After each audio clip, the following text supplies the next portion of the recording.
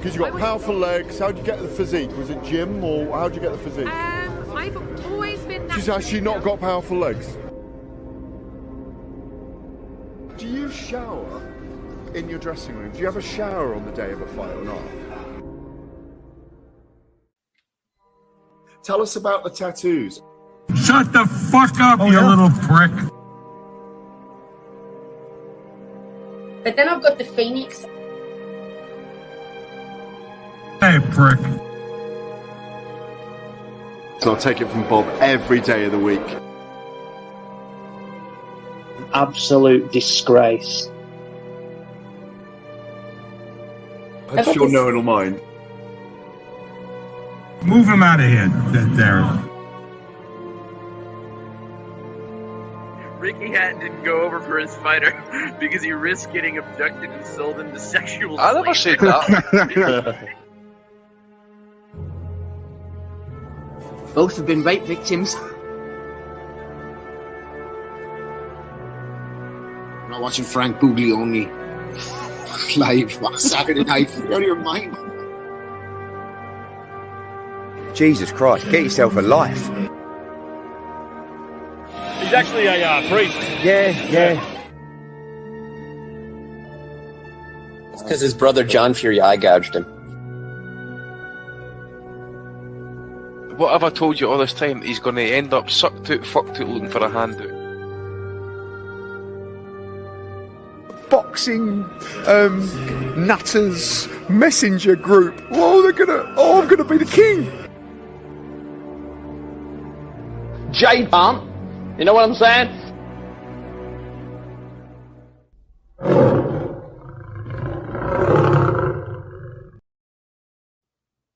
Well, hello everybody and welcome to the 525th edition of the Boxing Asylum NUTHOUSE podcast. I'm your host Steve Wellings, and joining us on the call we have Ozzy Smith, Andy Patterson and Matty Di Gialinardo going live on YouTube from 8 o'clock every Sunday evening.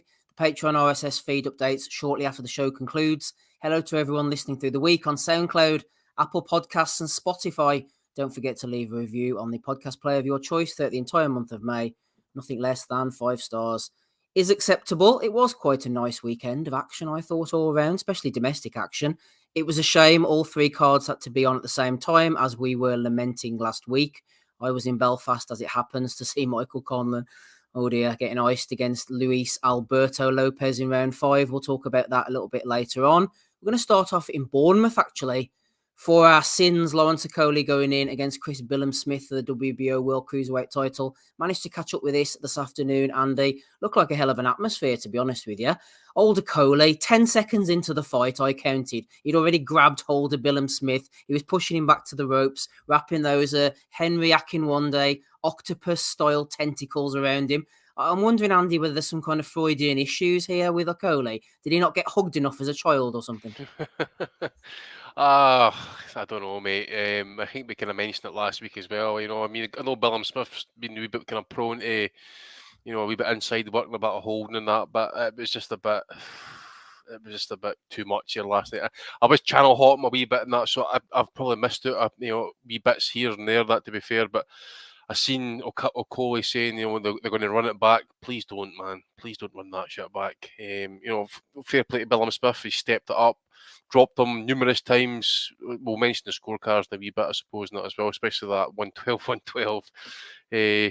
Just disgraceful, to be fair, actually. But yeah, look, Okoli he's done pretty well for himself. And at the end of the day, Eddie's no stupid.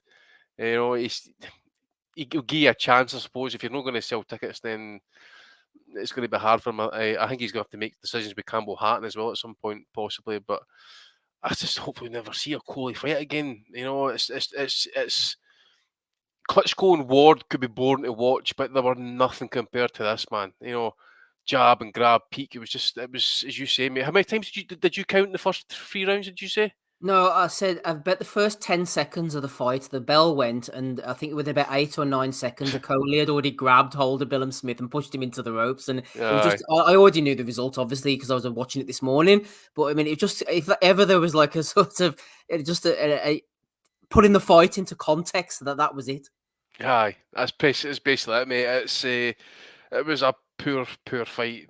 poor spectacle. But I didn't think confidence. Is it a confidence thing? Do you think? I mean, no fighter likes getting hit. Well, I'm sure some do, but nobody wants to be hit bang on the chin. Is it hit and grab? Is it a confidence issue? It's I don't know. Someone said they don't get like ironed out in sparring or whatever. And that. I mean, it doesn't look like he holds much weight in some of the shots that he takes. I know Dave Lee was mentioning he seems to have the frame possibly go up to heavyweight, but it's not.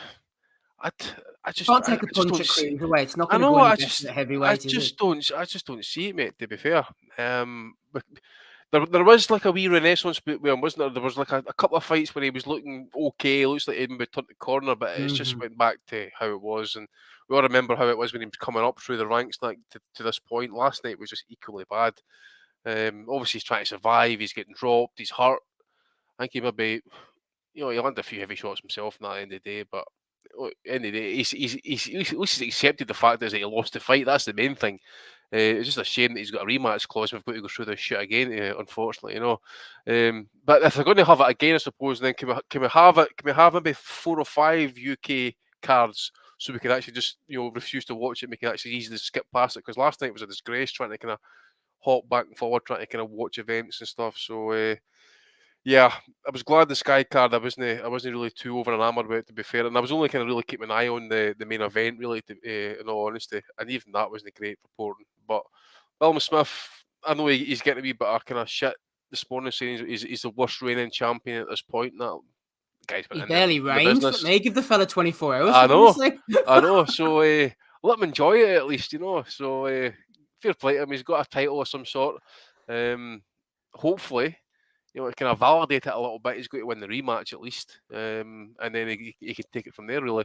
But fair play. I mean, he's got the job done. But I'll leave it to maybe Aussie because I know Aussie was raging at the 112 scorecards. But just to mention as well, was it 115, 110, or was it 115, 108? 116, 107, 112, 112, and then 115, 108. Aye, so basically, it's practically either apart from one round. It was the knockdowns and the point deductions that basically got him that fight. Billam-Smith really on that card as well. So it was just an absolute outrage. I thought, for what I was seeing at least, I thought Billam-Smith was winning the fight. And I think our man, did he call him again? That Adam Catterall, I think he had it 112 as well on TalkSport last night. And I think possibly the GAD may have agreed with him. So that's bad. It is pretty bad. No doubt Ozzy will have plenty to say. Just before we go to him, first of all, Matty, Okolie's fights are so bad, they have to put another 2 cards on to make up for it, to try and divert our attention away from it. What about the man in Okolie's corner, Sugar Hill? Obviously, Okolie's, he was an unbeaten, decent-looking specimen, got a world title. He's winning. It might not be pretty, but he was winning fights. Sugar Hill, you can see where the attraction is. Also, Okolie going over to... someone with the Kronk gym reputation there. It's not really a match for me. I don't really think anybody is going to be able to pull the best out of Okoli. Saying that Shane McGuigan was doing a pretty good job from what I saw. I can see them splitting now, maybe blaming this, that, and the other. I just don't think that's working in the corner, Matty. Was McGuigan doing a better job, or the referees just not penalizing Okoli as they should have? Quite possibly. That would be my argument. I think kind of Okoli is what he is. Was this any different than you've really seen him normally? I thought that, Billam-Smith did a good job keeping a high guard at times. He did get caught. I thought the fight was one fight closer than the judge who had the closest card for Billam-Smith. I think I had it like 114, 110, something like that. It was a really sloppy fight where you kind of had to pick out shots and things like that, but it was just really disgusting to watch Okoli fight the way he did. It wasn't just the holding, it was the shoving and the headbutts, and just the awful aesthetics of the way he fights. I mean, there was a moment I saw as I rewatched this fight this afternoon, where he landed a good shot and he was just out of range where Billam-Smith could have caught him. And instead of just backing up straight into the middle of the ring where he had all the room in the world, he just chose to go in there and hold him instead. Fuck, why would I just, have all the room in the world to go back and or to the side, wherever? No, I'll just go forward and we'll shove him into the ropes.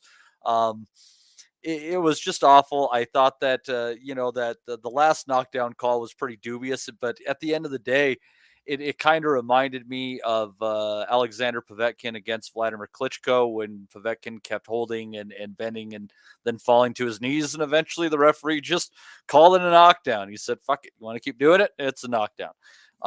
So it was a really tough fight to referee. Credit to Marcus McDonald, I believe it was in there. I think he wanted to have far less of a part in the fight, but he wasn't given a choice. I think he could have absolutely disqualified Okoli. He didn't. I think he could have penalized him many times for keeping his left hand straight out, and he didn't. But awful fight. I would never want to watch it again. Okoli says he's going up to heavyweight. Godspeed, sir. I don't know that I'm necessarily going to tune in for any of that. I think I've had my fill of Lawrence O'Holdy at this point in time. And Billam-Smith against Reactpour. Let's see that rematch. Might as well make it happen. See how they've done since they've both developed as fighters. Matty, you might not be too enamoured with the fight, but one person who's been dragged out of hibernation at 8:10, no less, is Jason Chukwu. Long time no speak, Mr. Chukwu. How are you? Can you hear me, Jason? He's having a mirror there, isn't he? Turns up early and can't even get his mic off. Jason, we could see you, but we can't hear you. He's probably hiding in the toilets just now for his gaffer. He's probably on a shift, patching it. Can you hear me? There he, Here he is. Come on, Jason. Defend your man, Okoli. What's happening?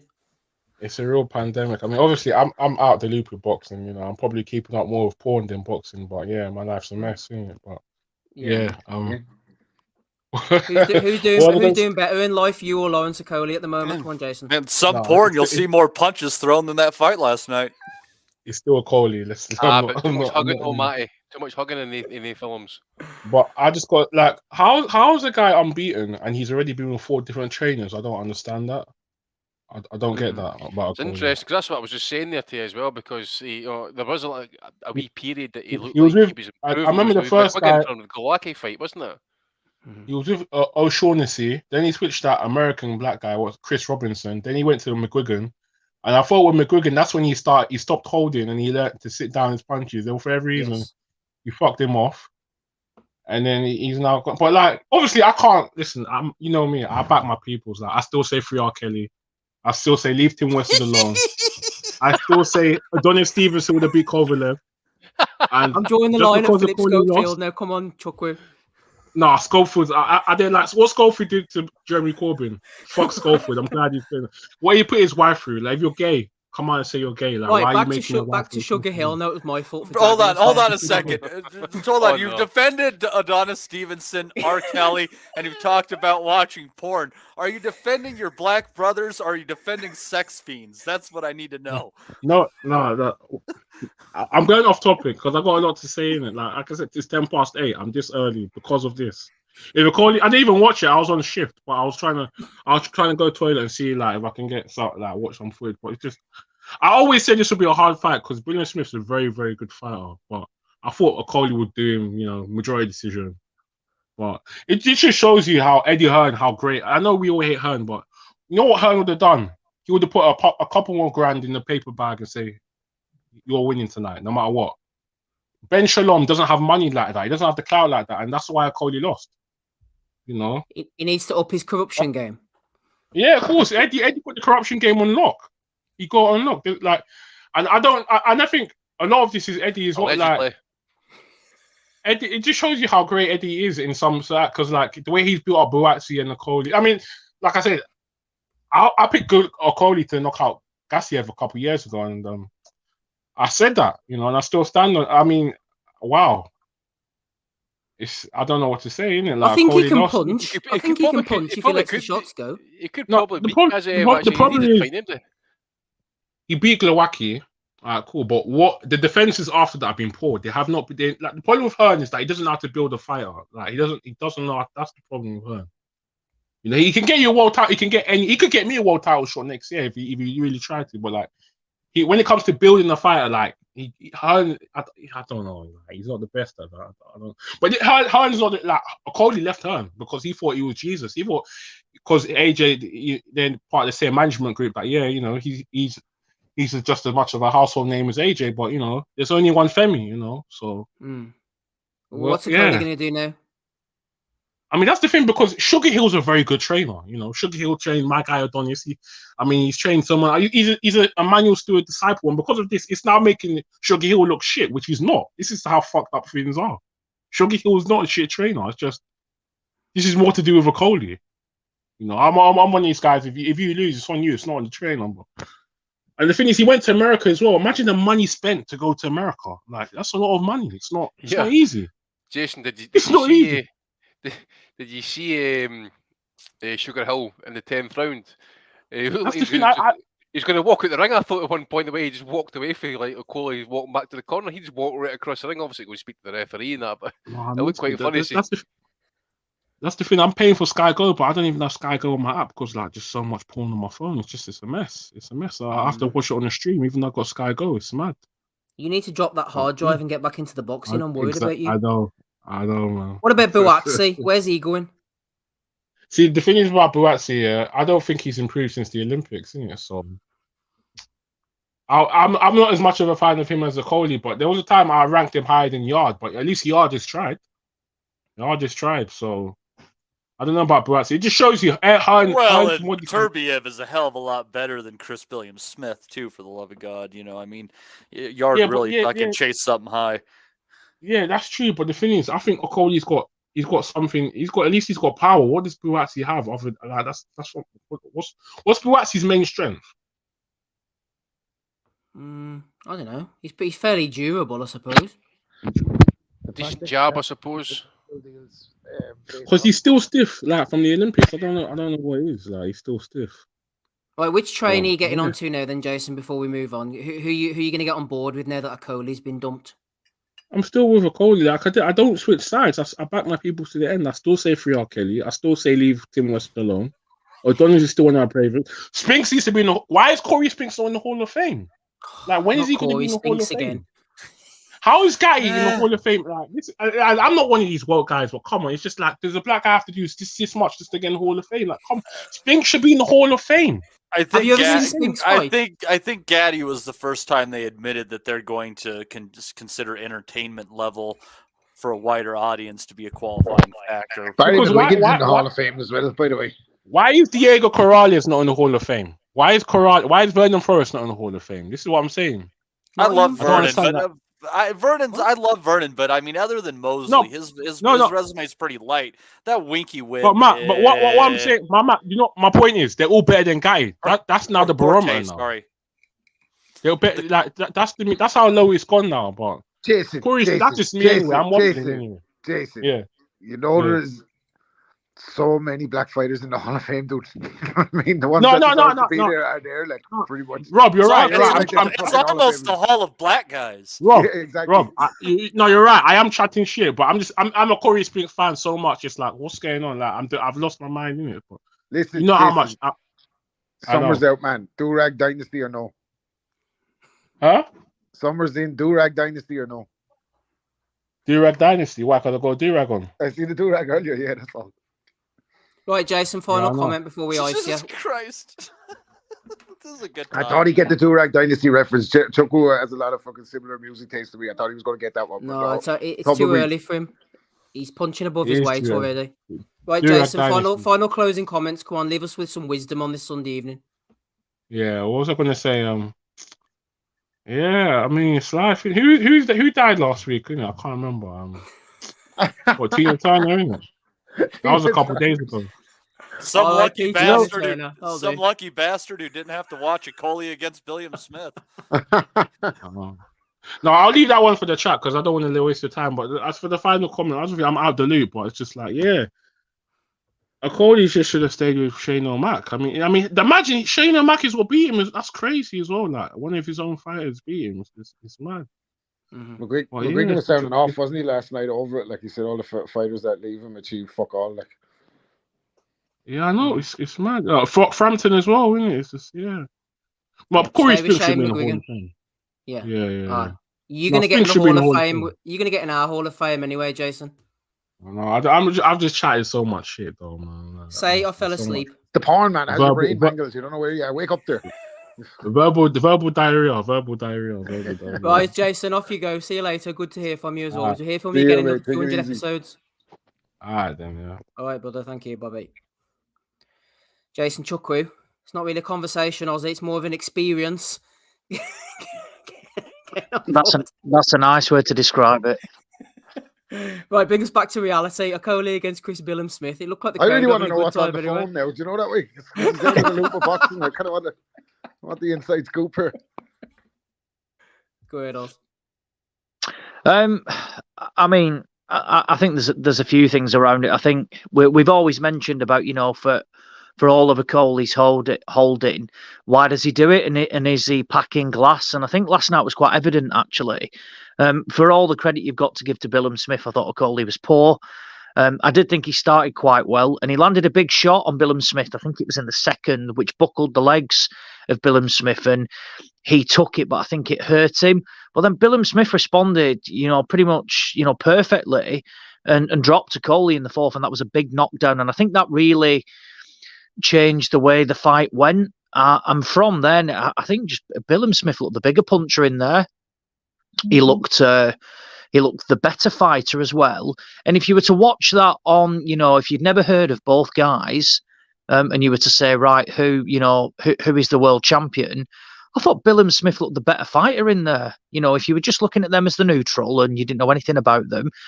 And it was, you know, a really good performance, and you can't not be happy for him, for a guy who, you know, has done it the hard way, turned over on small hall shows, particularly down south, you know, really south of the country where, you know, boxing is not booming there. You know, it's a difficult area. He's had no backing, no real amateur background as such. And yeah, fair play. He wanted to turn over and I think win a Commonwealth title or a British at best. And he's now a world champion. And to say, you know, he's one of the worst ranked, you know, champions at the moment, so be it. But many a good fighters have never won a world title. And Chris Billam-Smith is right up there and has won a world title. And he won it off a legit champion as well, by the way. For all of Okolie's negatives, you know, about the way he holds and, you know, and his poor performances, the guy was a legit, you know, cruiserweight champion and arguably by many ranked the best in the division as well.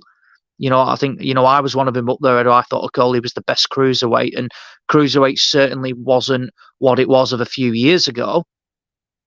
But Okolie's got to look at himself and think, you know, like what's he going to do? I think if he goes up to heavyweight, I just don't think he's got the chin to withstand the power, you know, the punches. I think someone like Joe Parker would knock Okoli out. And I don't think, you know, ultimately it's all right holding people, but when these guys, you know, could potentially be, 230, 240 in the ring, it's going to be a lot harder than, you know, somebody who, you know, weighed in under 200 pounds and you're naturally the bigger guy. Overall, you know, a great performance for Billam-Smith. I thought McGuigan was very good in the corner. He was quite buoyant throughout the week, and, you know, in the build up to the fight, saying that they believe there's ways that they can get to Lawrence, and they did exactly that. And, you know, I think Okolie's got a lot going on outside the ring. You know, he had big legal battles with Matchroom, and, you know, since then, you know, since he left, and, you know, Eddie must be sat there, you know, like with a smug grin on his face, because since Okoli left, he had that stinker of a performance against David Light, and now he's lost his world title against Chris Billam-Smith.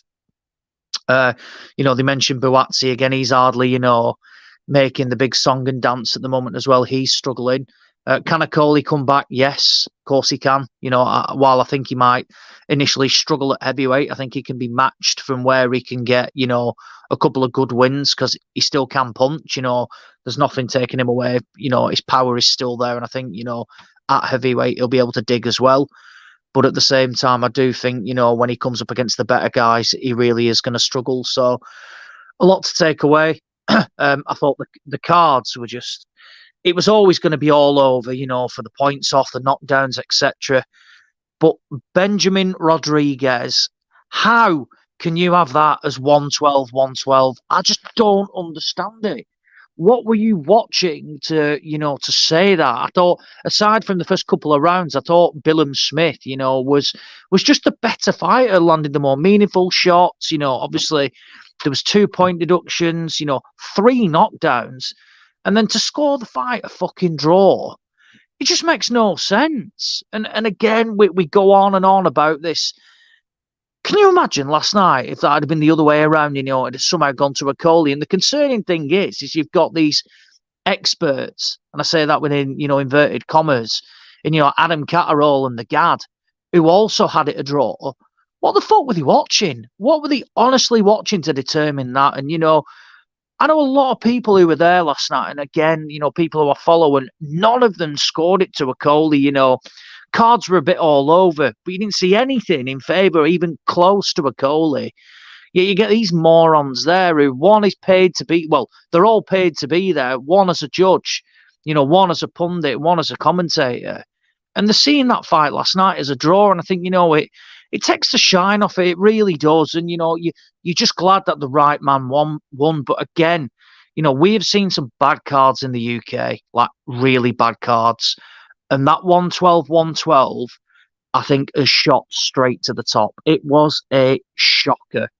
And he should be made to explain it. The WBO should call him and ask, what the hell did you see to determine this as a draw? What did you see? And, if they're not going to act on that, these guys are just going to keep judging, keep putting in poor scores. And, we've said it a few times, fighters' careers are affected by this. Fortunately for Billam-Smith, it wasn't. But on another day, it could have easily gone against him. Will the rematch happen? I hope not. It wasn't a great fight. It wasn't a great watch. It was very scrappy. I think Billam-Smith, he's a big ticket seller down there. They can definitely do things with him. As for Okoli, it's back to the drawing board. I think he's got to sort out this training situation. They made a good point. He's had 4 trainers, and he's had 20 fights or something like that. It's not, he had 20 fights. Not good enough, really. He had his trainer in Shane McGuigan, and it was working. And he decided he wanted to move to Dubai, and it just not worked out. So, yeah. He needs to get it sorted and fast, otherwise it could be curtains. Absolutely well said, Ozzy. Morons being paid to be there. We'll talk about me at the Conlan fight later, Rob. Just before we do so, Chris Billam-Smith, about Billiams, the new CBS, going in against Okoli. It was a bit of a slugfest. You can't beat a good crowd, can you? We were talking about Conlan last night for all of his faults, obviously getting knocked out there. The crowd was it And Billam-Smith, man, it did look like an amazing atmosphere in there.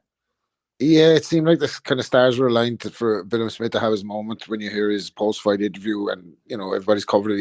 He does seem like a gentleman and a nice kid for something good to happen to, but that's not always the way it plays out. The nice guy doesn't always win, but I think he was a clear deserved winner last night. Ozzy's right, like the room 112 where the players 112 card. What the fuck was that? Like, the guy that gets fucking 3 knockdowns scored against him and 2 points taken off is in a fucking draw fight when he didn't fucking win the rest of the rounds either. Like, so I don't know, like Okoli's style, like horrible. I don't know what to say. I don't know what to say about it. Like, horrible on the eye, not effective, just painful. And I think, I wouldn't have complained last night if he had been DQ'd. I know it probably would have took the shine off Billam-Smith's win. But he deserved to be disqualified. Like, he fucking wasn't making any attempt to make the fight a contest until the 9th or 10th round. Sugar Hill must have been fucking disgusted with him. Like the Kronk fighters and Sugar Hill's fighters known for good fundamentals, good straight punches, and getting the job done, going for the knockout, not fucking holding from the second round. I think he felt the strength and power of Billam-Smith from around the second round, and he seemed like he was struggling with it. But yeah, the training situation needs to be sorted out because he's doing so much shit wrong. It must be that he's listening to none of the trainers, because he came out of a clinch in the first knockdown, turned his back, kind of got caught with a left hook when he was turning away, almost like a novice fighter. The other two knockdowns come from him being off balance and getting a punch on the way down. One of them, he was trying to go for a clinch like a rugby tackle. So the clinching was horrible. He looked like he was fighting scared. He looked like the occasion was after getting to him. Billam-Smith was making a lot of those things happen, by the way, because he was relentless. I think he only really got caught himself when he was doing a bit of a Josh Kelly where he hit fucking Okoli with like 7 jabs in a row. And Okoli countered. He kind of walked onto one. But other than that, Okoli did very little in the fight, and you got to say Eddie Hearn's been. He must have been rubbing his hands looking at that last night because he's been vindicated. Because Okoli's gripe with Eddie Hearn was that he wasn't getting paid enough money. Well, after that, who'd fucking pay anything for him? What's he worth after that performance? Who would pay and go and watch that again? Like, pay per Not worth view. the carrot. Not worth the carrot. Ben Shalom, man, he had a full head of hair about 6 weeks ago. He's going to be like Kojak by the time he's finished with these guys. Like, holy shit. Honestly, they're talking about he moves up to heavyweight now. Well, they have to do fucking something with him. What are they going to do with him? Like, he's not going to win a rematch against Billam-Smith. Well, I don't want to say that. You know, he makes some adjustments. I suppose he could make it a closer fight, and he can definitely fight better than that, I think. But you know, if you're a guy that's being vocal about ticket sales and analytics and knowing the insides of the accounts and this, that, and the third, you have to be able to deliver, and you have to be able to prove your worth. It's a competitive market. Boxers and networks are looking for scores, and you know, there's plenty of fight formats, channels, platforms, all kinds of kind of diluted landscape. And if you're not making noise, you're nowhere. Like, and honestly, like, I moved to box. I don't know. It doesn't look good. Like, well, Billam-Smith deserved his win. Just a pity that they kind of even had to talk about the 112 card, but thankfully it didn't affect the outcome. He gets his win now. If the rematch clause is not activated, I'm not really that bothered with the cruiserweight division, to be honest with you. It doesn't kind of like float me boat or whatever. But good for him that he got his world title. Yeah, Okoli can come again. Hopefully not in a rematch. Don't want to see it, as Rob says. I think he's had his time now. He might get knocked out next. Joe Burns has thrown in 199. Nottingham Saturday, lads. We'll never forget, says Joe Burns. Porky impersonator extraordinaire is Joe, meeting up next weekend in I think it's either the 10th. Is it the 3rd or the 10th? Ricky Graville at MTK in Force. I can probably keep me right on that one. Anyway, Joe Burns, who's in the Patreon and in the WhatsApp Nutters group as well, has thrown in a couple of quid, so shout out to him. Anything from the undercard in Bournemouth, Andy? I skipped through that Arting stall fight. Wasn't really that fussed on it, to be honest. Undercard. No, nothing. Ozzy, what about you? I thought Cutler against Stannard was decent enough. Didn't watch McKinson. Pigford against Eggington. Thought Pigford might have enough, but as you said before, he's not the greatest in the world. He's kind of been exposed now. Yeah, I only saw Eggington against the Pig, to be honest. We did touch on it last week, and I said, like, Pigford for, you know, this big glamorous record of pre-fight, which was 20-0 and 19 knockouts. He was only like 2 or 3-0, you know, with legit wins because he just banged out people who basically he should be banging out. He made Sam Eggington look fucking unbelievable last night, and for all you know, like Eggington, you know, legit guy, you know, has done really well for his career. But he's over the hill now, and Eggington just completely outboxed him. And he didn't really do anything special as such. He just, it really did look like, you know, just an experienced pro against a novice. And Pigford, you know, for all his, you know, like I said, for all of his power, Eggington just didn't allow him to set up a shot. Pigford did land a couple of shots, but nothing meaningful. And I think, you know, Pigford was probably a bit overawed by everything. You know, he has boxed on big cards. You know, he was with Warren for a while, and Warren, you know, had him on, you know, like decent shows, but again, not in any real major fights. And I think the situation was just too much for him, really. And will we see him again now? He's always been really weird with his consistency in and out the ring. And is he there? Is he not? And then he goes missing for 12 months and then he's back. As for Sam Eggington, you know, I thought he was done and dusted after he was beaten by Dennis Hogan, but you know, he's come back. He had a quick win on I think it was a Black Flash show or something like that. You know, a little small old show in Birmingham, and again, he was kind of probably brought in as a bit of an opponent, if anything, you know, really. And I think, you know, Pigford was there, you know, basically to win. And, you know, Eggington's got an opportunity now. And, you know, for all what he is now, and he may well, I mean, he's only 29 and fucking hell, we're saying he's over the hill. But at 29, he's had, you know, more than 40 fights as a pro. But he does have a name. He does bring excitement. And, you know, he's still got an opportunity there. And, you know, there's fights there. You know, I think a good fight, for me personally, be, you know, maybe Eggington against, you know, like JJ Metcalf, something like that. I think that'd be a good fight. I think Eggington against Josh Kelly. I think, I don't think Kelly's great, and Eggington, for his rough and ready style could maybe a bit upset's the wrong word, but, rough up Kelly and he doesn't like it. The Troy Williamson fight is potentially there for Eggington as well. I'd like to see maybe Eggington, against like a Hamza Shiraz or something like that. That could be a fight that's available. So there's loads of opportunities for Eggington now. But yeah, overall, aside from that, I didn't see the Cutlass Stannard fight. I've just seen the card and it looked close. Can't comment to see if that's fair. And the rest of it actually done a little bit better, to be honest, from what I saw. Oh yeah, I have no idea, but I'm all for fights like that being on these sort of cards. Great opportunity for both fighters.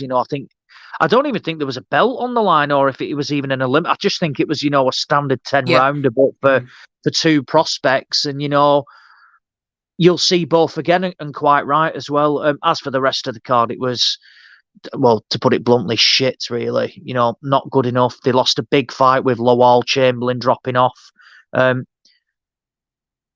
Why didn't Isaac Chamberlain box? I thought he weighed in. He weighed in, didn't he? He did. He released a statement, mate. I'll see if I can find it, but I've just realised it was pulled at the last second. Give me a minute. I'll see if I can find it. Fuck me. He said he was doing it in boycott of the gay agenda. There's nothing we need to talk about. Sounds about right.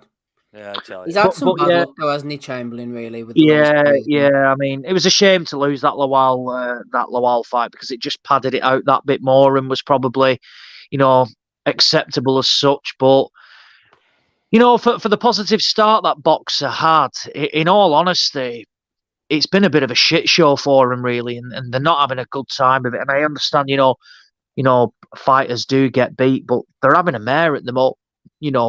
Buatsi's looked terrible. Okolie's just been banged out and lost. Eubank Jr. got knocked out by Liam Smith. They ain't really got much going for him at the moment. And, like Rob said, Ben Shalom had this, fantastic head of hair, and that's, fastly wilting away, under the stress that he's got. Benjamin needs to bounce back. Otherwise, it could be curtains, and it might open the door for Fat Mick to maybe get some Sky dates. But bring back Mick. I was just about to say that. I was about to say the same thing, Andy, actually. Mick couldn't do any worse. Mate, Mick knew how to put on 50-50 fights, and sometimes the house fighter wasn't always guaranteed to win. I just found Isaac Chamberlain's statement here. So, through no fault of my own, my fight tonight in Bournemouth was unable to take place. Firstly, I trained hard for the Michael Lowell fight, only for Lowell to pull out. I was happy to be kept on the card, and so I continued my preparations. I was even asked to make championship weight, which I did, just in case one of the main event fighters pulled out and I could fill in to save the show. But despite that, my fight still got pulled from the card. I've been the utmost professional throughout every second of this farce. I turned up to every media event, conducted all my interviews, and played my part to inject excitement into this event. I apologise to the fans and everyone who has supported me that I couldn't deliver you a fight, but I will continue to remain positive and be professional, and will repay you a big performance soon, Isaac Chamberlain. So not really any detail as to why his fight was pulled, but it's a shame. It seems like it was taken out of his hands, really. Yeah, he's kind of just pulled the fight, which if that's the case, that is a joke, And like I hope he got paid, because like I said, he fucking weighed in.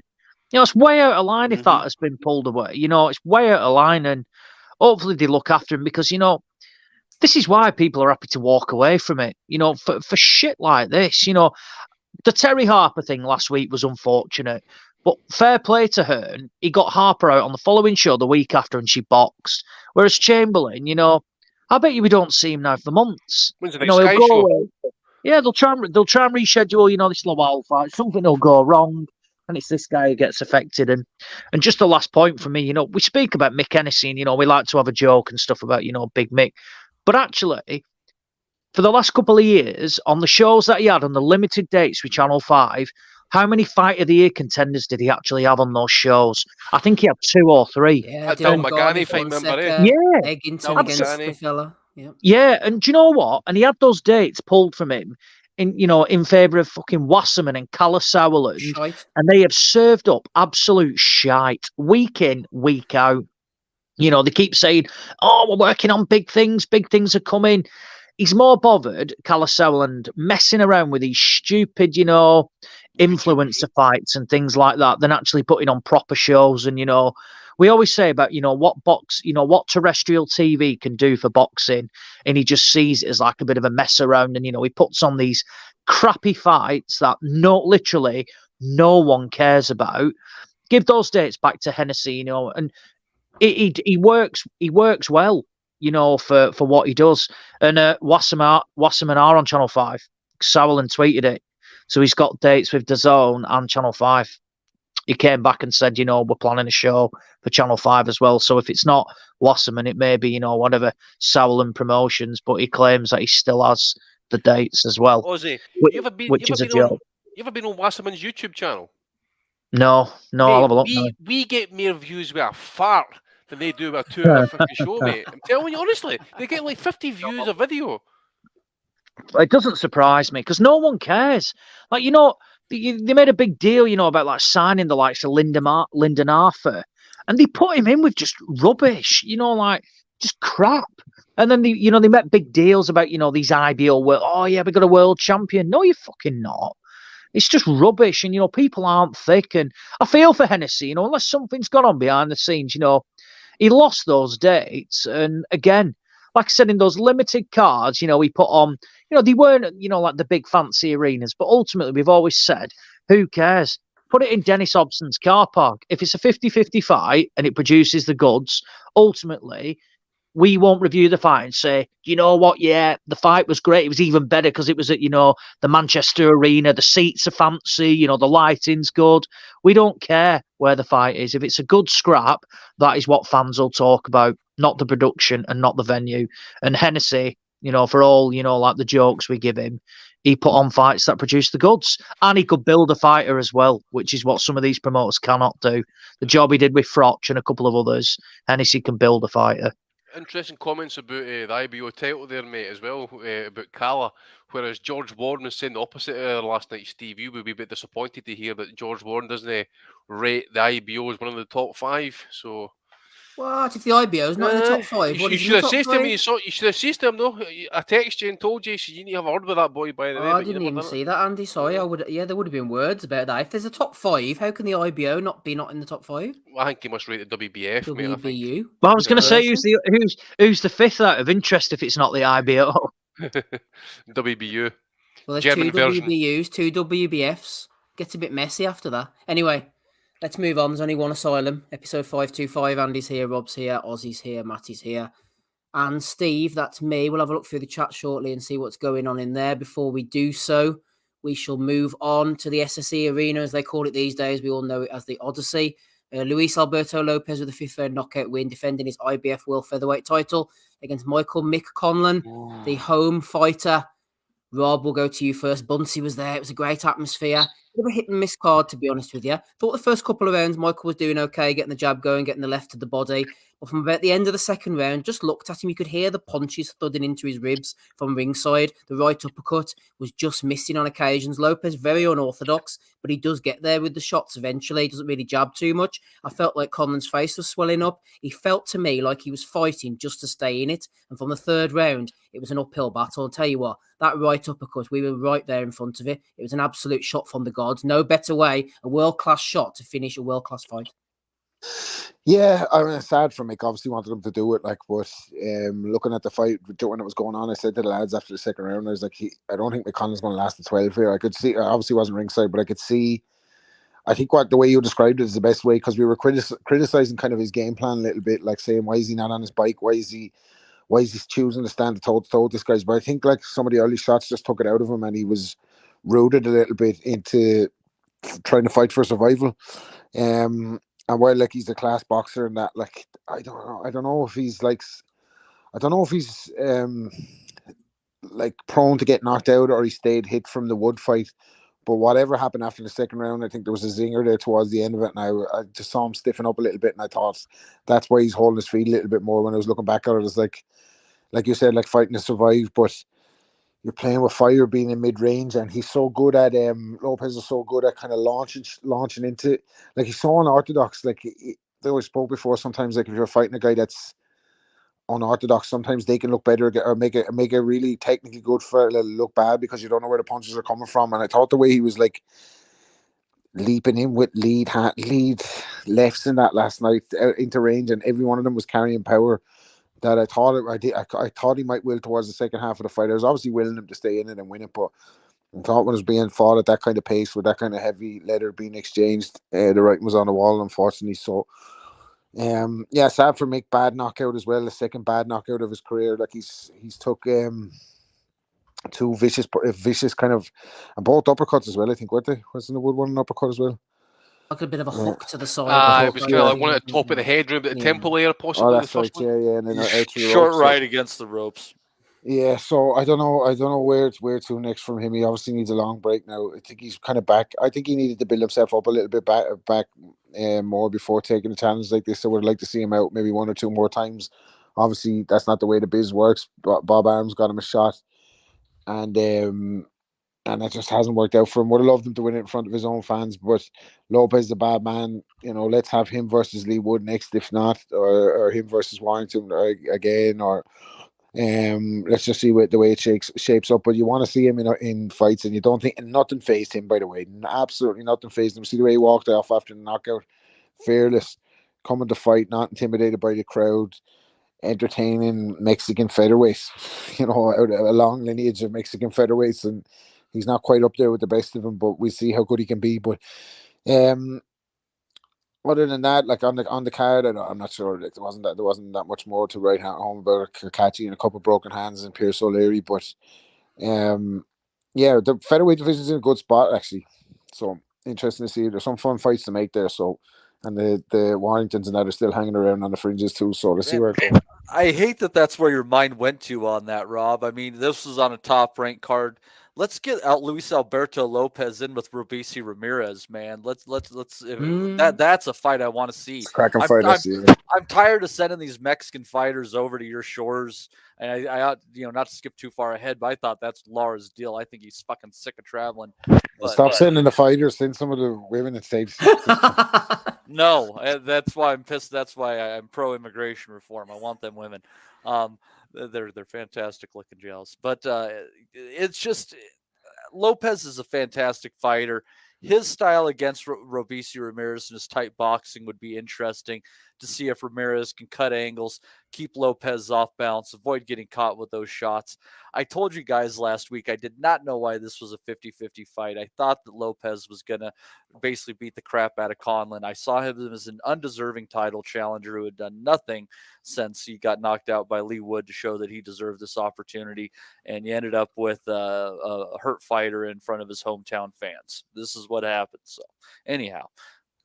No, you're quite right, Matty. I think even though he punches a lot harder, although Sergio Martinez is the guy that comes to mind. I mean, they're not stylistically the same, southpaw and all. Martinez held the hands a lot lower, but just that unorthodoxy. Apparently, Lopez didn't turn pro till he was like 21, did a bit of footballing, and that come into the game late on. You could see in Lopez, I mean, at one point, he pretty much dived across the ring with a lead left hook. That doesn't always work, that style. There is a reason why people learn boxing skills and learn to become textbook boxers. But every now and again, that unorthodoxy does benefit people. And it seems that Lopez's crazy, unusual angles really do benefit him. Yeah, it works for him. He's very hard to prepare for. And he's been on a hot run since he suffered those, I believe, back-to-back defeats in his career. And I believe other than the Warrington fight, he's been stopping everybody along the way. He's learned how to punch a little bit along the way, and obviously we always have questions in boxing when that happens. But leave that as it may. I think that him against Robeisy Ramirez is a fantastic fight if he's going to stay with the top-ranked banner or if he's not a free agent. I also think that 4 pounds north. Navarrete is not that much bigger than him. So I think him against Navarrete, two unorthodox guys, I think that one could absolutely produce the goods too. So I see a lot of good stuff for Luis Alberto Lopez, who is, definitely in the top 3 in the featherweight division at this point in time. Andy, question for you. Skipping ahead a little bit, but I'll forget otherwise. I was talking to a friend of the pod, Dominic Henry, who came along last night to the fights with us, and he was talking about if Conlan were to lose, Where would he go next? A few people have been talking about retirement. I personally think he'll have one last run. He might go up to super featherweight. Now, if he can't keep people off him at featherweight with the punching power, he's going to struggle, obviously, against the bigger beast, one division north, rather. But they might feel that, the built-in excuse possibly. It's hard to see where he goes from here, but I don't think he'll want to go out that way. I imagine they'll do exactly what they did after the Wood fight, try and get him back in the Odyssey. Even if the attendances drop off 10-15%, you'll still have a good crowd there, and just try and build him up as that one last run as a Belfast ticket seller and try and get him in another title shot and just see if he can finally pull it off. I don't think he'll want to go out that way, although a lot of people, Andy, around ringside were talking retirement. Yeah, and I would agree with them. I don't mean to say this by being bad or to troll people or just to be an arsehole or anything like that, but I'm going to step up and say Mick Conlan needs to retire. That's 2 bad knockouts in less than a year. He's had 2 fights in between those 2 knockouts. He's had 2 training camps. No doubt he's been taking extra damage, and it's not so much as he's been iced in both those knockouts. That's big TBI, traumatic brain injury. That the brain doesn't forget. And what reminded me there last night was some of the comments Manny Stewart said about Roy Jones after he got knocked out of Glenn Johnson. You get 2 bad knockouts back to back like that. He says then there's going to be a degeneration in the brain at some point, mixed with well over 100 amateur fights. As I says, it seems to be in the last few fights that he's taking a wee bit more punishment. He's up my age now. What can I say, man? I mean, that guy Lopez last night was mocking him at times. He was smiling, he was dancing all over the place. Some people were mentioning steroids, the spotty back, and I had people message me. I've seen comments on that as well. Other places that he looked like he was possibly juiced. Don't know if it was UCAD testing, VADA testing, no idea. But that Lopez can dig, man. I'm telling you right now, he's clearly refining a little bit. He's not the greatest technician, but he's quick, he's strong, he can work angles, he's got a wee bit of IQ about him, he's got timing, and he's got fucking power, man. And he could easily turn into one of the elite at 126 with that power as well. It just looks menacing. So yeah, look, fair play to Conlan as well. For some reason, he thought it was wise to come out and have it out with him. Try and plant his feet and stand his ground, try to get a bit of respect, possibly. I don't know. Try and make it an entertaining fight, possibly. Maybe the crowd got amped up, possibly as well. Who knows? But it was clear early doors that it was a bad idea. Then you could just see it gradually getting beaten out of him, and then obviously the right uppercut I felt literally came out of nowhere. Even though he'd been thrown it, but it's just like woof, and it landed, and like Mick was like a slight delayed reaction before Mick went down. I think as well, Andy, it was to do with what you mentioned there, his ring IQ.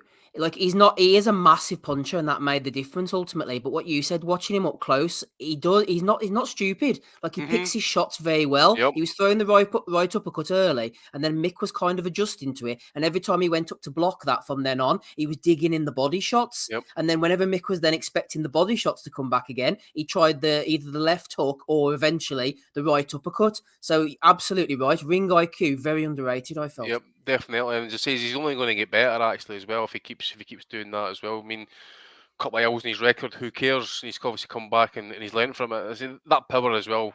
Definitely a smart fighter. Very, very, very cute. And so I think he'll only get better. And I reiterate again, Conlan's had a very, very accomplished career as an amateur. He was exceptional. Fought some of the best there is to fight in the amateur scene. Got robbed at the Olympics. We all know this. Probably should have went on to win a gold medal. Got robbed it. We all kind of questioned his lack of power possibly coming in the pro ranks, and it was looking that way pretty much. And he obviously had that big knockout win in his last fight. Was it Kareem Gouffry, I think it was. But yep. I reiterate again, mate, that's 2 bad knockouts in less than a calendar year. The brain doesn't forget that type of shit, mate. And if you want to go again, look, at the end of the day, he's up at featherweight. We think he should be. He's maybe a wee bit too small for featherweight, possibly. Can he take the shot? I don't know, mate. I think if he goes again, I think it ends how it ended last night, and it could be him lying on the canvas again. And again, it just takes one punch to absolutely, not so much career threatening, but life changing. So he doesn't need it at this point, I don't think. And hopefully, again, I don't want to. I don't live in the guy's pocket, and I don't pay his bills, right? So he's got a family to feed and that as well at the end of the day. But I'm only just trying to be, try to be really honest about it as possible. You know, seeing those 2 knockouts and the manner of how he was handled in it as well, it's concerning. Especially in 20, 30 years down the road, who knows what could happen to him? You know, so hopefully someone sits him down and say, "Listen, it's probably time to go now, mate." It's and I can understand obviously getting knocked out like that in front of your own people and that is bad, but just you got to think about your health at this point. Absolutely. Michael Alexander, Aussie, was standing over Conlan as the fight was counted out in round 5. Of course, it was ended in the corner by the white towel being raised by none other than Adam Booth, the man I once maybe unfairly coined as the Dark Fraud. You're spot on, mate. He is a fraud. You know, I've always been a bit dubious of Booth, and you know, a lot of fighters go to him and then and do leave him quite quickly, and I think he's got a style which he seems to, you know, like it just doesn't work well with a lot of fighters. He'll occasionally have success, but in recent years, who can you tell me who he's worked wonders with? Because I can't remember. And I thought the tactics they decided to, you know, to use last night were appalling. The only way Conlan was going to win that fight last night was if he could box and move, basically, and use it as boxer against puncher and just not adapt like an amateur style, but kind of in and out, you know, and away, and just stay on his, you know, on his toes, and just pick the rounds off like that. And they decided to adopt this like gung-ho aggressive style, which, you know, Conlan's not a big puncher. You know, I know he's got a few stoppages, but he's not a big puncher. And, you know, at the top level, if you can't hurt people, it's always going to be a problem.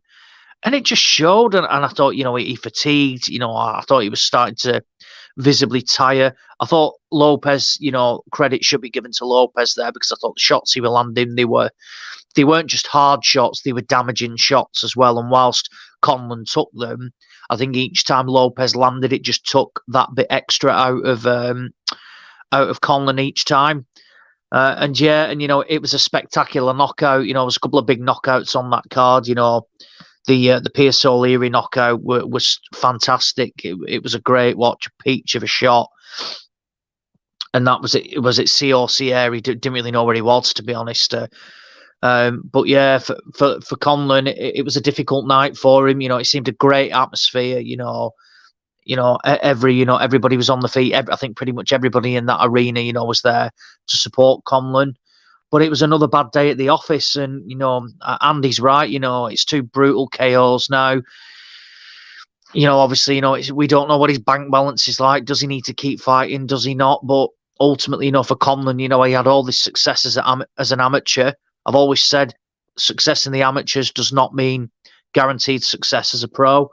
I thought he was fortunate, you know, in a couple of. I thought that Ironot Baluta fight showed a lot. I thought Baluta, you know, had a sniff of winning that back in 2021, because it's a style that Conlan don't like. You know, that pressure style, winging in big shots, and he probably just nicked it. But yeah, I was just looking at, you know, potentially domestically, if he was to go up to super feather, who could he box, really? Because he can't be looking at going in at, you know, basically world level or fringe world level straight away. I think, you know, there's fights that he needs to be taking, you know, from where, not necessarily saying he's domestic level, but what has Conlan proved, you know, to be actually at European level or anything? You know, he got that Guerfi win, but Jordan Gill banged out Guerfi, and Gill's not, you know, fantastic or the biggest of punchers either. You know, it was a decent win for Conlan, but again, does that put him at like European level or fringe world level? No, not for me. So just looking at the rankings now, you know, the Joe Cordina fight is there, but it's way, way, way away, and Cordina would be a big favourite. I obviously can't. I don't think it. I assume Conlan and Kakachi are good friends, so obviously that's not going to happen. Yeah, that would be a big fight still. So Kakachi's a big guy too. I just think he's small for that. I think he's small for featherweight, let alone super. Well, originally he was going to campaign at super bantam, wasn't he? But he couldn't quite make it, so they kind of just naturally progressed up to featherweight. So yeah, I don't know how he would fare Aussie at super feather, and the likes of Kakachi is very, very big on fight night. Well, and Navarrete's with the top ranked stable. If he's still staying with them, and I mean Oh, Navarrete. mate, no way. Navarrete Tyson. would fucking kill him. Uh-huh. He'd kill him. He's fighting Valdez well, next, isn't he? I think. I'm just looking, domestically again. If I was Warren, what I'd do is I'd take Nick Ball back to Ireland and I'd get Nick Ball in. And I'd offer Conlan a load of dough to fight Nick Ball. How would Nick Ball's style fare against Lopez, Ozzy? Tough. That's tough. That's a war, mate. It is a war, and I thought I like Ball, but I think look, he's on this fantastic run, and knocking out everybody who's in front of him, and that guy was tough last night. I thought he would have got him out, a bit before that, but he was tough. He could take a shot, and I don't look at Nick Ball and think, oh, I'll discredit him because this guy, he went 12 rounds. Some fighters are just naturally tough and, know how to soak up shots and can take it. And look, to his credit, Ball did get him out of there, and fingers crossed that Lamar, he left on a stretcher and had to go to hospital and everything's okay, and he makes a full recovery. I still think Nick Ball's probably 2 or 3 fights away from fighting the boys at the top, including Lopez in that. I think we mentioned about Joe Pigford having this padded record. I'm not saying Ball has got a completely padded record, but what are his big wins on there? People like Isaac Lowe. That Lamarty's probably one of them last night.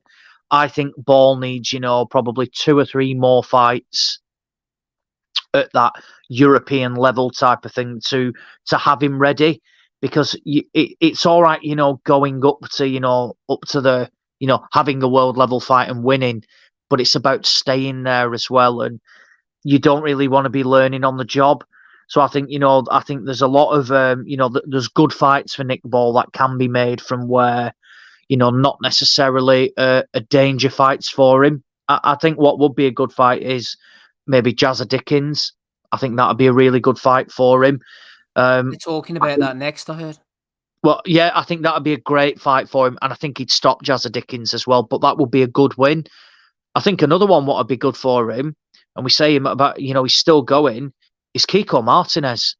Because Martinez, is that ultimate, gatekeeper seems a bit harsh, for the career he's had. But if you're not good enough and on your game, Martinez will beat you, even at, this age, and, still. I think that would be a good fight for him. And Martinez has got that come forward style that would probably gel well with Nick Ball.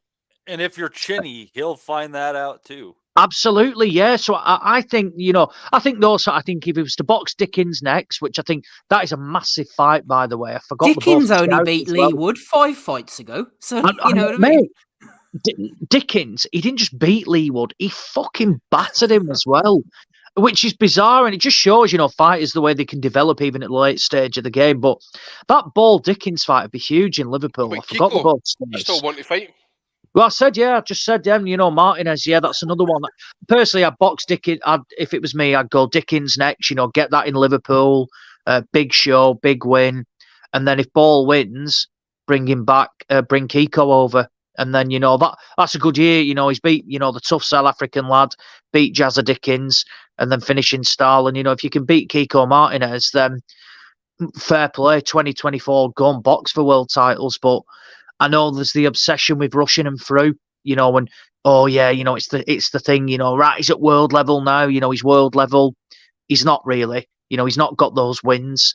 Warren can build a fighter, but he's also got it in him, to pad the records and get him an opportunity. But I do think Ball's good enough.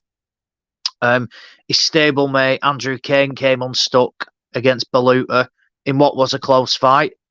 And I think that's because Kane hadn't had, the tests. And I'd liken Kane's Baluta fight would be like Nick Ball against Kiko Martinez.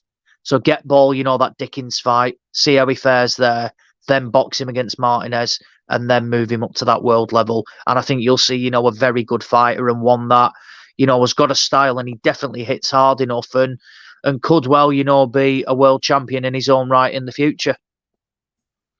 Absolutely good breakdown from Ozzy. Yes, as they were saying in the chat about Ball not being ready, Ozzy's absolutely right. That's where I said a Nick Ball style kind of fighter. Maybe not now at this stage, but once he's got that maturity and he's built up that a body of evidence, as I like to say, then maybe then. At the moment, Lopez knocks him out. That Nick Ball style, though, as Andy says, makes for absolute carnage. Let's have a look through the chat indeed and see who's hanging about before we go on to Lara, Rocha, bit of Joseph Parker, and anything for next week. We've got Johnny in there. We've got Jason Chukwu, who was on the call earlier. You might want to rewind and listen to that back. You might not. Cedric Sniff's in as well. Rosie Mason. That's a burner account if ever I heard one. No offense, Rosie. Mark Stanton's here. Thomas Newman. Michael Thompson, Josh Ford as well. He wants to see Kiko retire. He's gone soft. Boxing Asylum, that's us. Andrew Thickett, ABC. As easy as 1, 2, 3. T. Smith's there as well. MB. Tosh is hanging around. He's salmon fishing tonight. Shout out to Tosh. Stone Set, Jim McDonald Boxing. Oz. Who else have we got here? Let's just scroll up and see who's hanging around. I think I saw Big A earlier on. He was with us as well. That'll do. Let's move on. Before we go on to Lara, actually, Matty, let's go over to the Alexis Rocha card in Fantasy Springs Casino, California. Didn't get a chance to watch this one yet. Just beat me. The time caught up with me before the pod. Alexis Rocha getting a 5th round KO win over Anthony Young. I think he's the brother of Stephen Young or Stephen Young, who once fought Nonito Donaire. And on the undercard, Oscar Collazo is one to watch, according to you today, Matty, going in against the fabulously named Filipino fighter Melvin Jerusalem. Yes, as we know, Jerusalem, very, very common in the Tagalog language. But no, that was for Collazo. He was able to get Jerusalem to quit out on his stool after the 7th round, and it was a competitive fight through the first probably 3 or 4 rounds. And then Collazo kind of figured him out, and he started landing this stellar straight left hand to the body.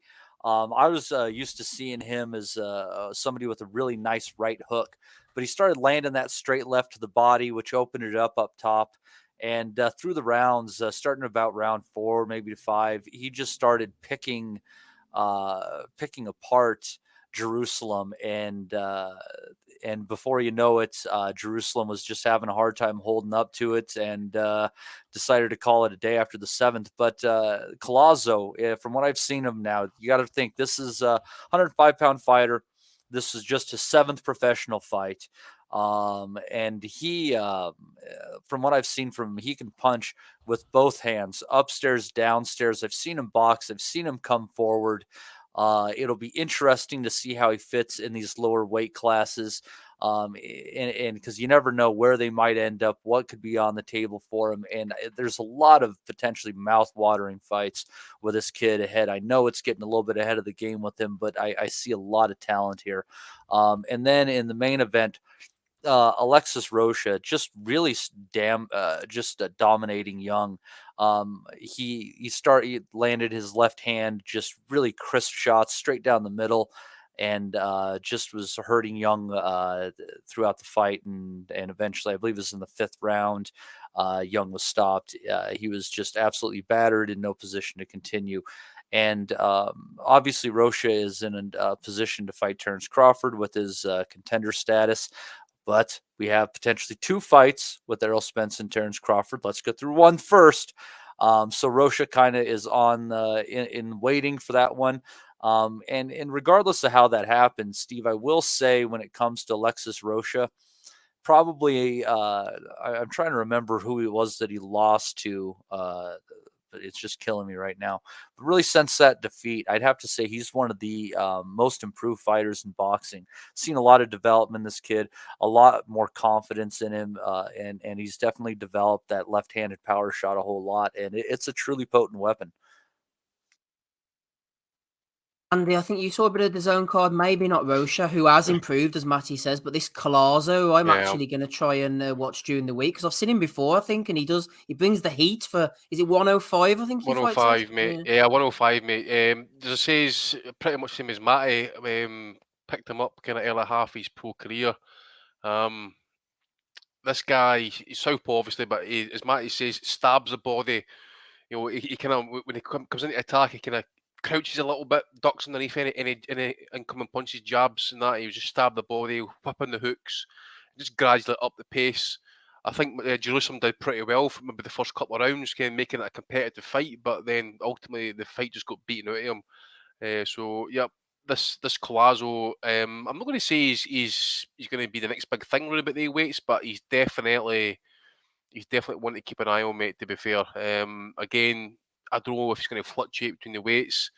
I would say probably. I think I'm right in saying he's the only Puerto Rican champion just now. Actually, maybe it might be the second one, but he's got a pick of fights there, unifications, a couple of Thai fighters there. Maybe not going to move the needle in terms of views for the zone. But the thing with Oscar has got here is it's a minimum weight fighter. It's cheap. There's not a lot of money, so you can maybe afford to bring in like Valerdes for a unification. Eric Rosa for the Dominican Republic's getting kind of like linked up as a mini Pac-Man, but again, he's only 19, 20-year-old and that, so a wee bit time, pump the brakes with him.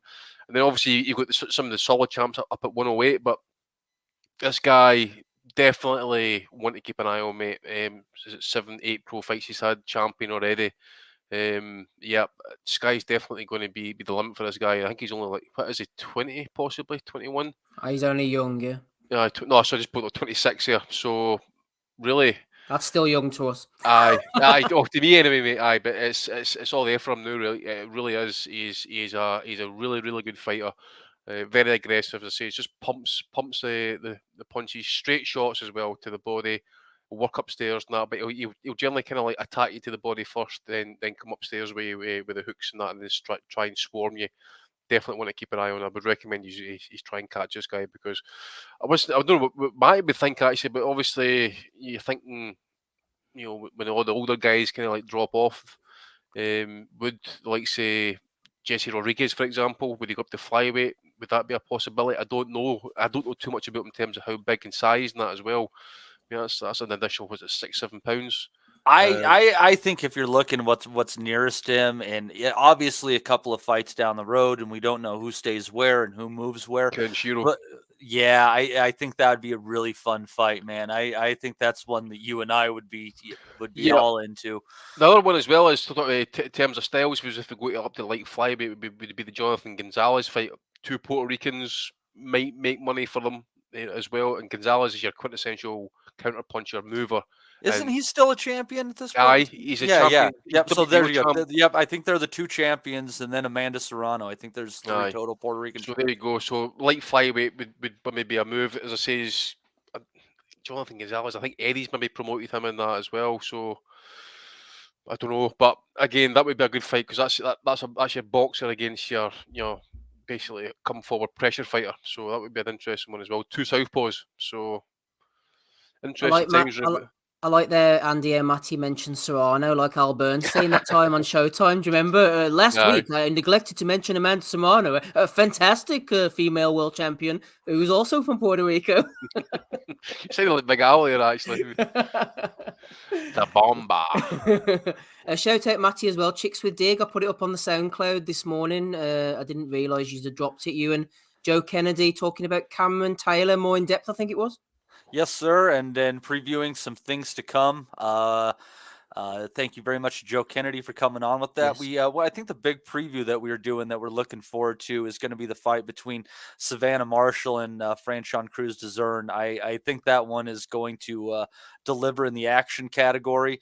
And what it sets up down the road is potentially seeing if Shadeja Green is the goods, and then Shadeja Green against Clarissa Shields for an undisputed championship at 168 pounds, which, if you've been following women's boxing at all, is a very interesting fight potentially, because Shadeja Green can crack. And her against Marshall, that would potentially be on the women's side of the docket, a fight of the year should it occur. Absolutely looking forward to Shadeja Green and how she progresses. Now that I've heard of her, go over and listen to Chicks with Dig with Matty and Joe Kennedy. Fellas that can dig over in Manchester. Campbell Hatton, he's become quite the puncher now all of a sudden. Against Michal Bulik, getting a knockout win there. Aqib Fiaz was boxing quite well against Costin Ion before he got knocked down in the 6th round, I think it was, with a really good left hook. Quite a close fight in the end, that one. I was flying through this afternoon. Danny Ball, been invested with him. In him for quite a while, actually. I remember reading his story. I think he was quite overweight, lost a lot of the timber, got knocked out by Echo Esserman, came back last night against Jamie Robinson, boxed really well, some nice shots, good jab, good shots to the body. So pleased to see A Dudley native doing well for himself. Skipped through the Terry Harper fight, unfortunately. Thought Jack Catterall looked really nice and sharp early on against Dara Foley. Dropped him as well, boxed quite well, Aussie. And on to the main event, really flicked through this one. A listless performance from Mauricio Lara. Obviously, the issues with the weight. He looked undermotivated, as if, well, the title's not on the line, fuck it kind of thing. That's what you have with these temperamental characters, though, I suppose. That's what you get. Yeah, I thought the fight was lost in fight week, to be honest. You know, like you say, we find out, you know, I think the day of the weigh-in that Lara's only allowed to weigh a certain weight because he didn't meet the British Boxing Board of Control check weigh-in. The only time I can remember this happening previously was when Frankie Gavin boxed Sam Eggington. Gavin again failed to meet that British Boxing Board of Control check weigh-in. So they said that he could only weigh in at like 149 pounds, despite Gavin saying that he'd always made weight like this. And this is the way he does it. Yeah, if you don't, you know, basically tick the boxes, the board will interfere and say you can't weigh, you can't make championship weight because it's not safe. And, you know, did Lara have the best of camps? You know, should he have been at that weight? I don't read too much into the check weigh-in weight. I don't necessarily, you know, agree with it. You know, you're asking a fighter to potentially, you know, come down to X, and then, you know, this is like 3 or 4 days before the fight. So are you expecting them to stay around, you know, that weight and then drop more weight, you know, for the actual weigh-in? I'd personally do away with it. It's just a British Boxing Board of Control thing, you know. If they were to go to America, France, Spain, they wouldn't have to do this. But anyway, take nothing away from Lee Wood. He was the much better man on the night, and he made Lara, you know, look shocking, to be honest. You know, again, he just didn't look great, Lara. Again, he looked unmotivated. I thought he was sloppy, lazy, didn't really cause, you know, many problems, if any.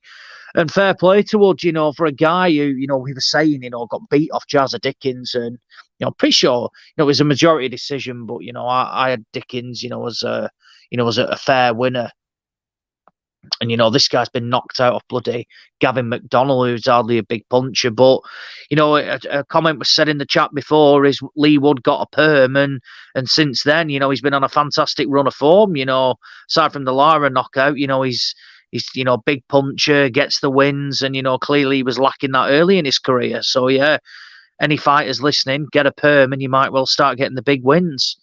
But no, it's Lara is a temperamental character. Still think he's got a part to play, but clearly there were some issues. As for Lee Wood, it's going to be interesting to see what they do with him now, actually. You know, he clearly does tickets, he does numbers. Will they make that Josh Warrington fight? I think that, you know, is a fight that people will watch, but that, you know, realistically, that could be done at a stadium because, you know, Warrington takes his money, you know, with the support he's got. Wood is money as well. You know, you've got that in terms of a football perspective. It's not some a big fights in the stands, wouldn't there, that night? You know, yeah. I mean, it's not a big rivalry, you know, like Nottingham Forest against Leeds, but, you know, bloody hell, there's two sets of characters. So yeah. You can't. You feel like if anywhere it's going to happen, it'll probably go to Manchester again. You know, 20,000. You know, that's probably big enough. And I think for Wood, unless you're going to get him, you know, like a unification fight, the Warrington fight is probably the one that makes sense. They've tried to make it before. You can argue Warrington doesn't necessarily deserve that opportunity, but at the same time, you know, it is a money fight and it's an opportunity and probably a last chance hurrah for Warrington as well. So watch this space we would, but you've got to give him credit, you know, again, from just proving that, you know, despite early career losses, you can always bounce back. And the only real fight on the undercard that I was, you know, had any real interest in was Jack Catterall. Again, a fighter who has suffered so badly with inactivity. You know, we had all the controversy with Josh Taylor, which was, you know, many moons ago now. And I thought he looked really good against Dara Foley, particularly early on. I thought he looked sharp. He had a bit of zip about his punches in the way he put them together with a bit of speed. And when he put them together like that, Foley just had no chance. And he was basically a punch bag in there, to be honest. I'd like to have seen Catterall get him out of there. I think Catterall should be, you know, dispatching the likes of, you know, Dara Foley. That saying, Foley, you know, he was clearly tough, and you know, and he took the shots, and we know Catterall can dig. But for a lad who, has been out of the ring for like 18 months, he probably will benefit from those 10 rounds. And, they're talking up the Regis Prograis fight next. That's a massive step up from what, Dara Foley is. But I think Catterall's a hard guy to beat. I think he's got an excellent jab. I think, a really good jab. And he kind of dictates a fight off that. And I think defensively, he's very shrewd as well. He rides a lot of shots. And yes, he will take one, but I think, he's got a good enough chin to take a shot. Josh Taylor didn't really land cleanly on him. We've seen Taylor be a bully boy in there and, land big shots. So I don't think Catterall is an easy night's work for anybody. And I think where we were saying about Conlan, he can't keep people off him. I don't think Catterall is, like Deontay Wilder power. But I think he hits hard enough from where he can hurt people all throughout the fight. So I hope he gets momentum now. He seems to have finally built a following from where I am in Chorley. He did a lot of tickets last night. People are, it was on in all the pubs. The pubs were busy as well watching him. So he's got the eyes on him, and it's now up to Eddie Hearn to take advantage of that momentum and start building him properly, because there's a talented fighter there. You can argue he should be undefeated and be undisputed, 140 champion. So let's get some momentum now, because I remember when he first came on the scene and, he was having big KOs. He knocked out Tom Stalker and his career kind of just petered along. I think, he's 29 now. He's arguably, in his pomp. Let's take advantage, get some momentum, and we could well see, potential future champion at 140. Mm-hmm. Well, I thought Fat Terry's the only thing that saved him from being saved his opponent from being knocked out in the 9th. I thought Catterall just had him all over the place, and there was I agree. I agree with that. Breaks and it wasn't Fat Terry. It was Howard Foster, man. You're getting your dinosaur British. I'm sorry. I'm so used to bad refs that they all just kind of run together over there. I just saw a fucking big white guy, and on the Prograis front. This is something to consider. Now, Rob, I'm kind of curious your thoughts, because you have such a good technical mind for this too. I think Prograis isn't the tough fight, or I don't think Catterall is a tough fight for Prograis that you think, because Prograis is not that tall. What I think that Catterall has shown is that he's a short guy who knows how to fight tall guys very well, and he's not going to have that. He's not going to have those angles with Prograis.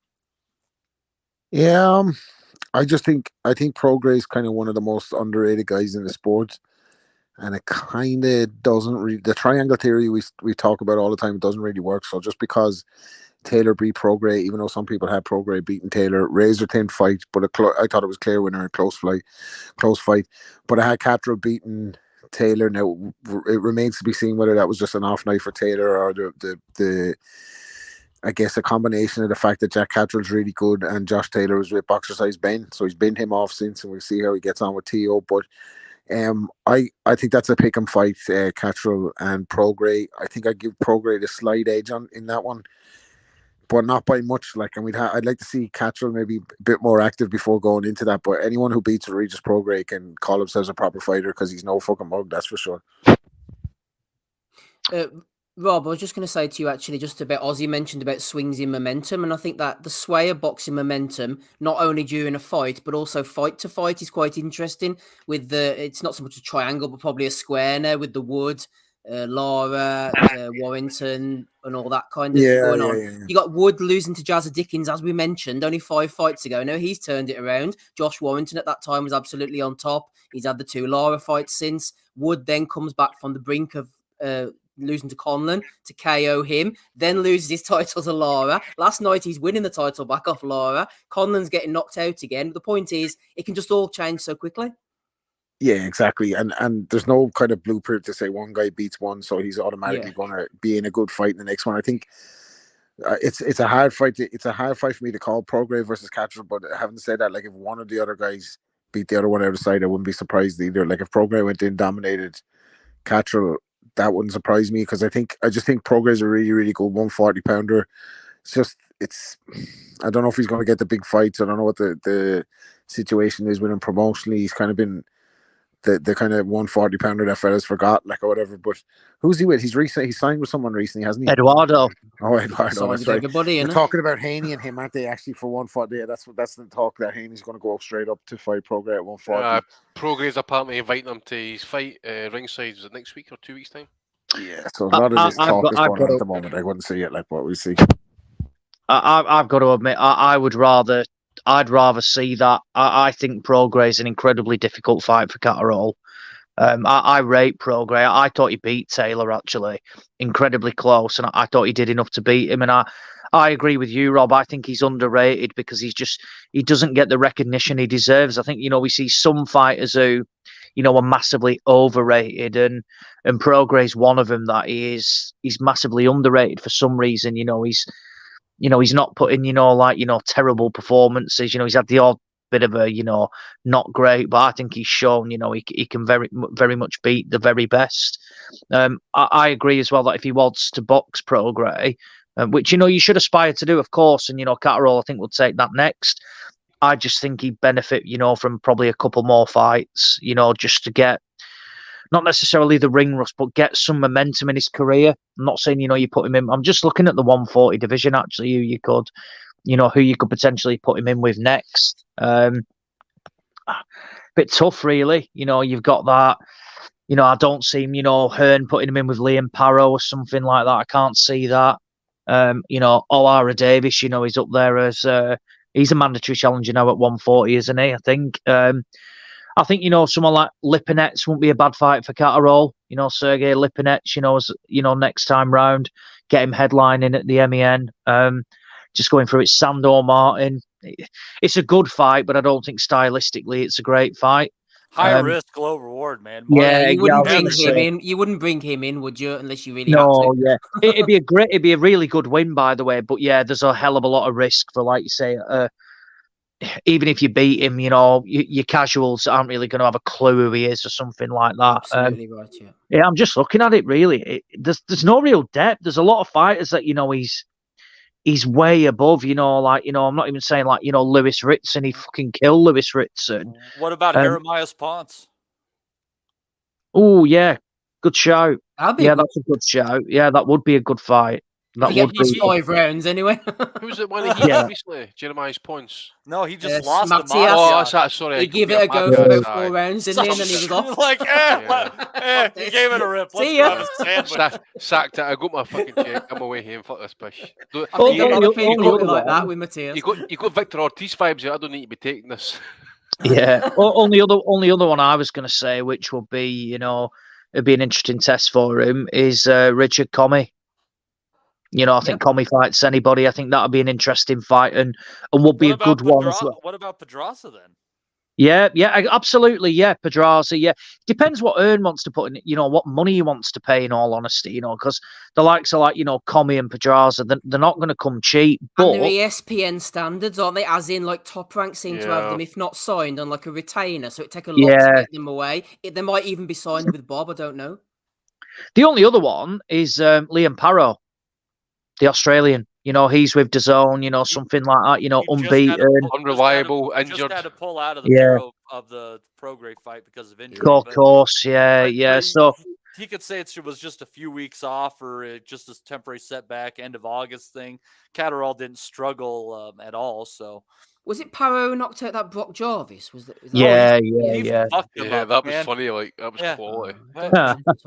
Well, it'll help Jarvis decide which weight class he should compete in. Fuck, he went for super flyweight to fucking. What was it? That was at 140. That was at 140. He was exciting though, given that. Anyway, I feel like we're getting off track. Sorry, boys. Rob, can I get your opinion if you want to throw your 2 pence worth in on the Lara Wood situation? A lot, I suppose, on the Lara weight, really, wasn't it? Yeah, I kind of I was struggling to keep up with all the fights. I was watching Catterall Foley, then I was going across the Okoli Billam-Smith, and then I was getting ready for Conlan, and then by the time the Wood fight, I was just looking at the lads in chat, and everyone was like, "Lara's offering nothing here," so I didn't actually watch it in live time, because the results seemed like a foregone conclusion. Predicted the other way in 2 of the fights, but I guess when a fighter misses weight, you're always you're wondering at what they're going to look like on the night. I think Wood showed in the last fight, up until the point he got knocked out, that he was capable of hanging with Lara. And he's a good lad. He would like you wouldn't begrudge him winning his world title back. Especially if the other guy comes in over the weight. Now, I'm no fucking expert on that kind of thing. I don't really know how he's done the weight or what weight if he's going to move up for that. But Lara and the Mexican featherweights, I love them because I would have loved the potential showdown between Lopez and Lara because I think it's a more entertaining fight. But let's get Lee Wood and Warrington on now. I think Warrington probably is at the kind of tail end of his career, where Lee Wood is on the up and up. But let the two of them have a domestic dust up now, make a lot of money together. Like, why not? I'd favour maybe Lee Wood at this stage of his career. But again, this triangle thing or the square thing, you just don't know. Like, you just do not know how these things work out. I think we're into a hexagon by now, Rob. Yeah. But I think it'd be an entertaining contest. I think Warrington, obviously, we know what he's about. He comes to fight. He comes to fight. He comes to headbutt. Do you know what I mean? He's gonna make it. He's going to make it rough. You know what I mean? He's going to come and make it a fucking contest. Like, he's not coming to fornicate with the arachnoids. Get some blood in that perm. Yeah, exactly. So, and Wood can punch. He has a solid puncher, who's improving technically, it has to be said, under boxer size Ben. Not to make it about him because he'll do it himself anyway. But yeah, let's see that fight now at next. I don't know what next for Lara. Obviously, entertaining at all times, dangerous at all times. I think if he's in the right frame of mind, he's still a very exciting fighter, so he'd probably be knocking around again at world level if he moves up or if he hangs about here. So we'll see. Yeah, didn't it just seem like he just couldn't give a fuck last night? Like, yeah, I think he was there, wasn't. I touched upon that earlier, Matty, and feel free to have your opinion as well. I felt that between him and the corner, they were like, you know what, fuck this, we're getting paid, the fight's on, we're not going to win the title, let's just get out of Dodge. Simple as that. Yeah, I mean, he landed a couple here and there, but for me, it almost just seems like he was just doing enough just to keep Wood honest and get to the final bell. Like, maybe he's sick of being with Matchroom and he just wanted his way out or something. Like, I honestly don't know. He's going to go to boxer, maybe? Well, you have to ask yourself at what point in time, after a guy keeps like beating people and knocking out folks as an underdog coming in a lot of the time and stuff, does he have to keep going and fighting, if not on his home turf, I mean, somewhere close, and he's having to fly, thousands of miles away to do this. At some point, don't you just get sick of getting the W's and still having to give all the concessions? I mean, you might just get fucking irritated at some point in time. Be like, fuck this. I want to go home. I've got plenty of money. Absolutely, I say that every day. Andy, I know you have a talking point about this, but just to come to you off the back of something Rob said, actually, Rob touched upon the fact earlier, for all of the faults in the first fight, Wood was actually doing pretty well against Lara at times. It was just that Lara was beating the piss out of him on the way and then obviously caught up with him eventually. So it kind of stands to reason. If you drain all the spunk out of Lara, he hasn't got the punching power or the resistance or the ability this time, and Wood is still able to outbox him at points like he did last time. Yep. Then we saw a conclusion like we did last night. It kind of makes sense almost now. Yeah, as I've seen you guys during the week, my main issue is, it's not really an issue as such, but it's just me like a question. Obviously he's come in here, Lara that is, and he's had a check weight and he's been found to be over whatever the check weight limit was at that point. So they've known apparently since Wednesday, and we only found out was Friday at the weigh-in that he was actually over. So again, if the board and Eddie and that know or knew back then that that he wasn't going to safely make the weight by their regulations, then basically the fight was on jeopardy, and certainly the title wouldn't be on the line. It's just kind of causing a question. Everything was kind of hushed up and kept secret. I mean, you knew the guy wasn't going to make weight because the board told you it wasn't going to happen. He wasn't going to be allowed to make the weight. I just think, and obviously as well as talks went on after the weigh-in, he wasn't going to be allowed to rehydrate to a certain point, possible fine, getting levied and that as well. I just, it's another bad look actually. Again, okay, maybe he just took it lightly, a bad weight cut, maybe he's been ill, Chris Billam-Smith's apparently been ill as well during fight week. Or maybe somebody benefited by not telling him what the British rules are. Well, yeah, there's that as well. Maybe he's not been told as to how you can't use the sauna over here, and the board are quite stringent about it. They don't want to get left up to open to lawsuits and that as well. So I just think it's obviously Wood was one that made the weight. He was professional and he deserved to get a payday. And I just thought you were running the risk, really, of his health being brought into question unless the board didn't take real action.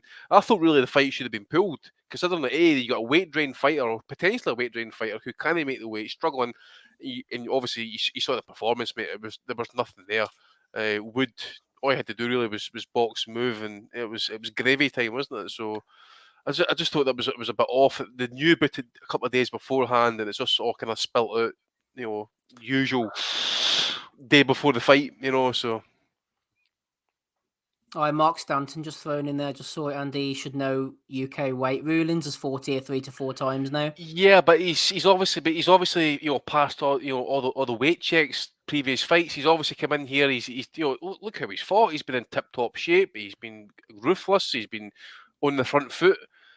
Last night it was just completely different. And if you look at him, I'm trying to remember, it was potentially his last fight over here. He looked like death on the scales, but he clearly must have been better at some point at the weight to pass the regulation checks, that type of thing. Obviously, if you've got a good team behind you, then they should be looking into local rules and regulations and all that type of stuff. But you just don't know at the end of the day. And look, what you do. Eddie's probably told him the wrong rules. Don't worry, son. Just come in at 128, it's all right. We'll have a fucking bubble, mate. We'll have a fucking bubble. Don't worry about it. We'll sort it out. Don't worry. Aye, fuck aye. But yeah, it was. I think Ozzy was right in what he was saying as well. If you took those 3 cards in its entirety over one card there last night, you were struggling really to get anything of real quality, because I was looking forward to that fight, and once we heard about the weigh-in, I'm like, oh, fuck off, man. And obviously, Conlan was the main fight for me. Then obviously this weekend, BT card obviously was far fleshed out than what the other two were, but it was you'd have really struggled with a kind of top end card there. I think if you mix them together, Andy, you had to really sort of pick through the frigging horse shit to try and get the gold, didn't you? Those 3 cards together, plus maybe the Catterall fight, is like a pretty good PBC card.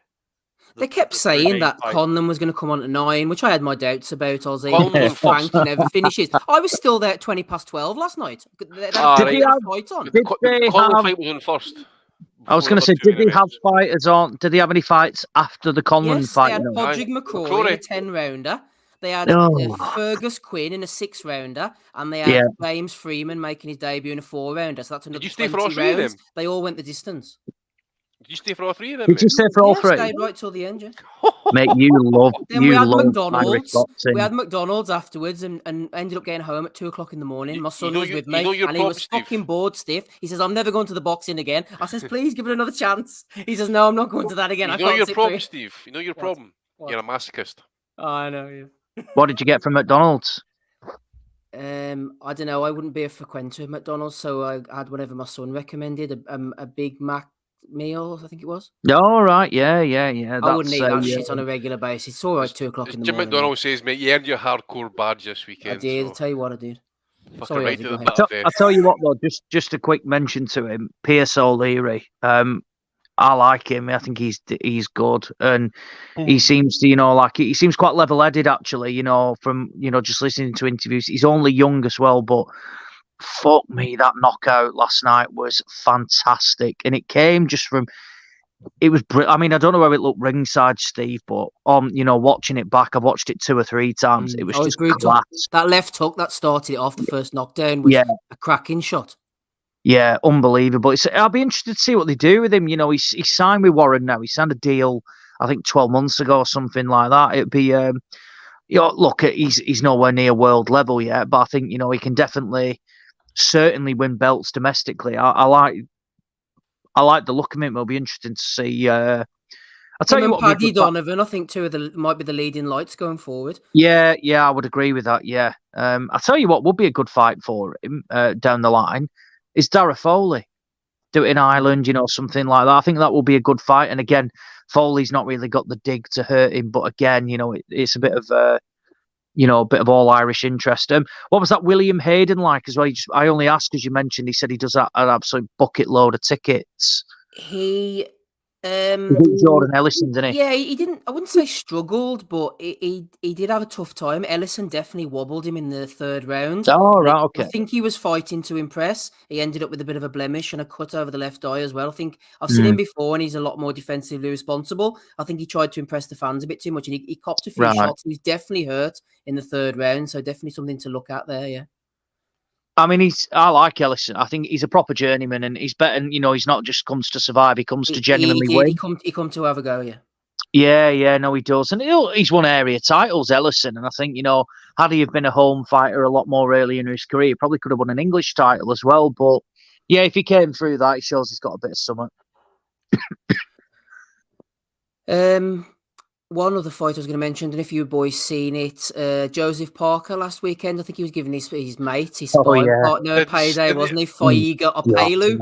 I didn't see it, but I'll tell you how good it must have been, mate, or how relevant it must be that even the trackers haven't got the fucking fight up for download yet. So I think Ozzy mentioned it during the week. Have you seen it, Oz?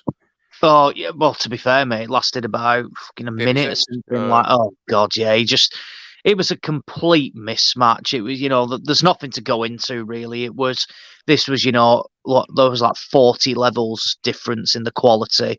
And Parker, it was good to see him actually blitz him early, not taking 5 or 6 rounds and, bore everybody to death. But I don't really know what they're gonna do with Joe Parker, to be honest, because he signed with Sky, he got beat off Joe Joyce. Sky have clearly bombed him off. I don't really know what they're going to do with him.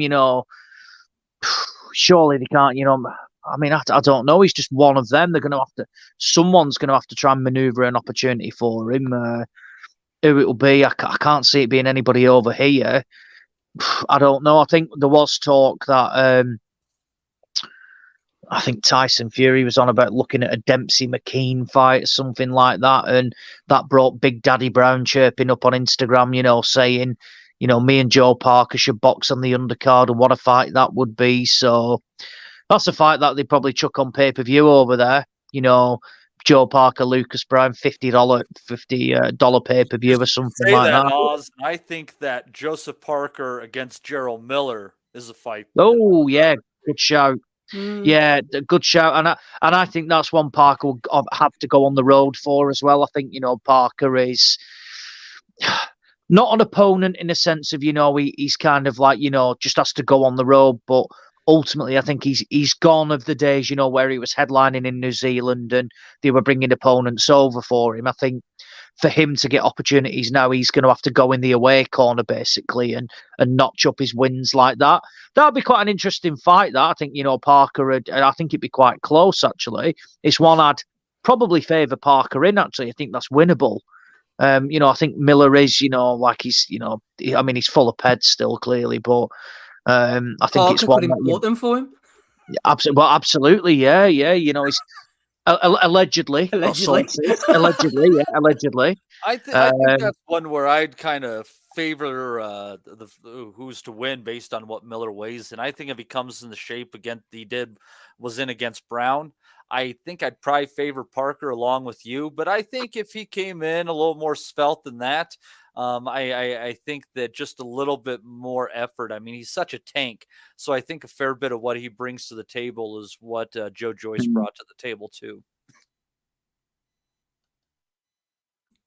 There you go then. Andy, any views on old Parker? I wouldn't mind him and Big Baby getting on. Get a bit of a rumble. Come on, get it on the trackers. Mate, come on now. I think we have seen Joseph Parker at his absolute peak. We've seen him on the slide. We've seen him knocked out. Yeah. He's had his day, mate. Every dog's had his day.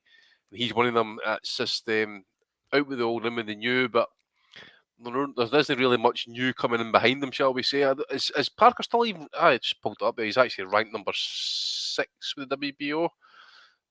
He's like a part-time fighter. I see him as he's almost. Oh well, what am I going to do myself? Got a load of money. Might as well box.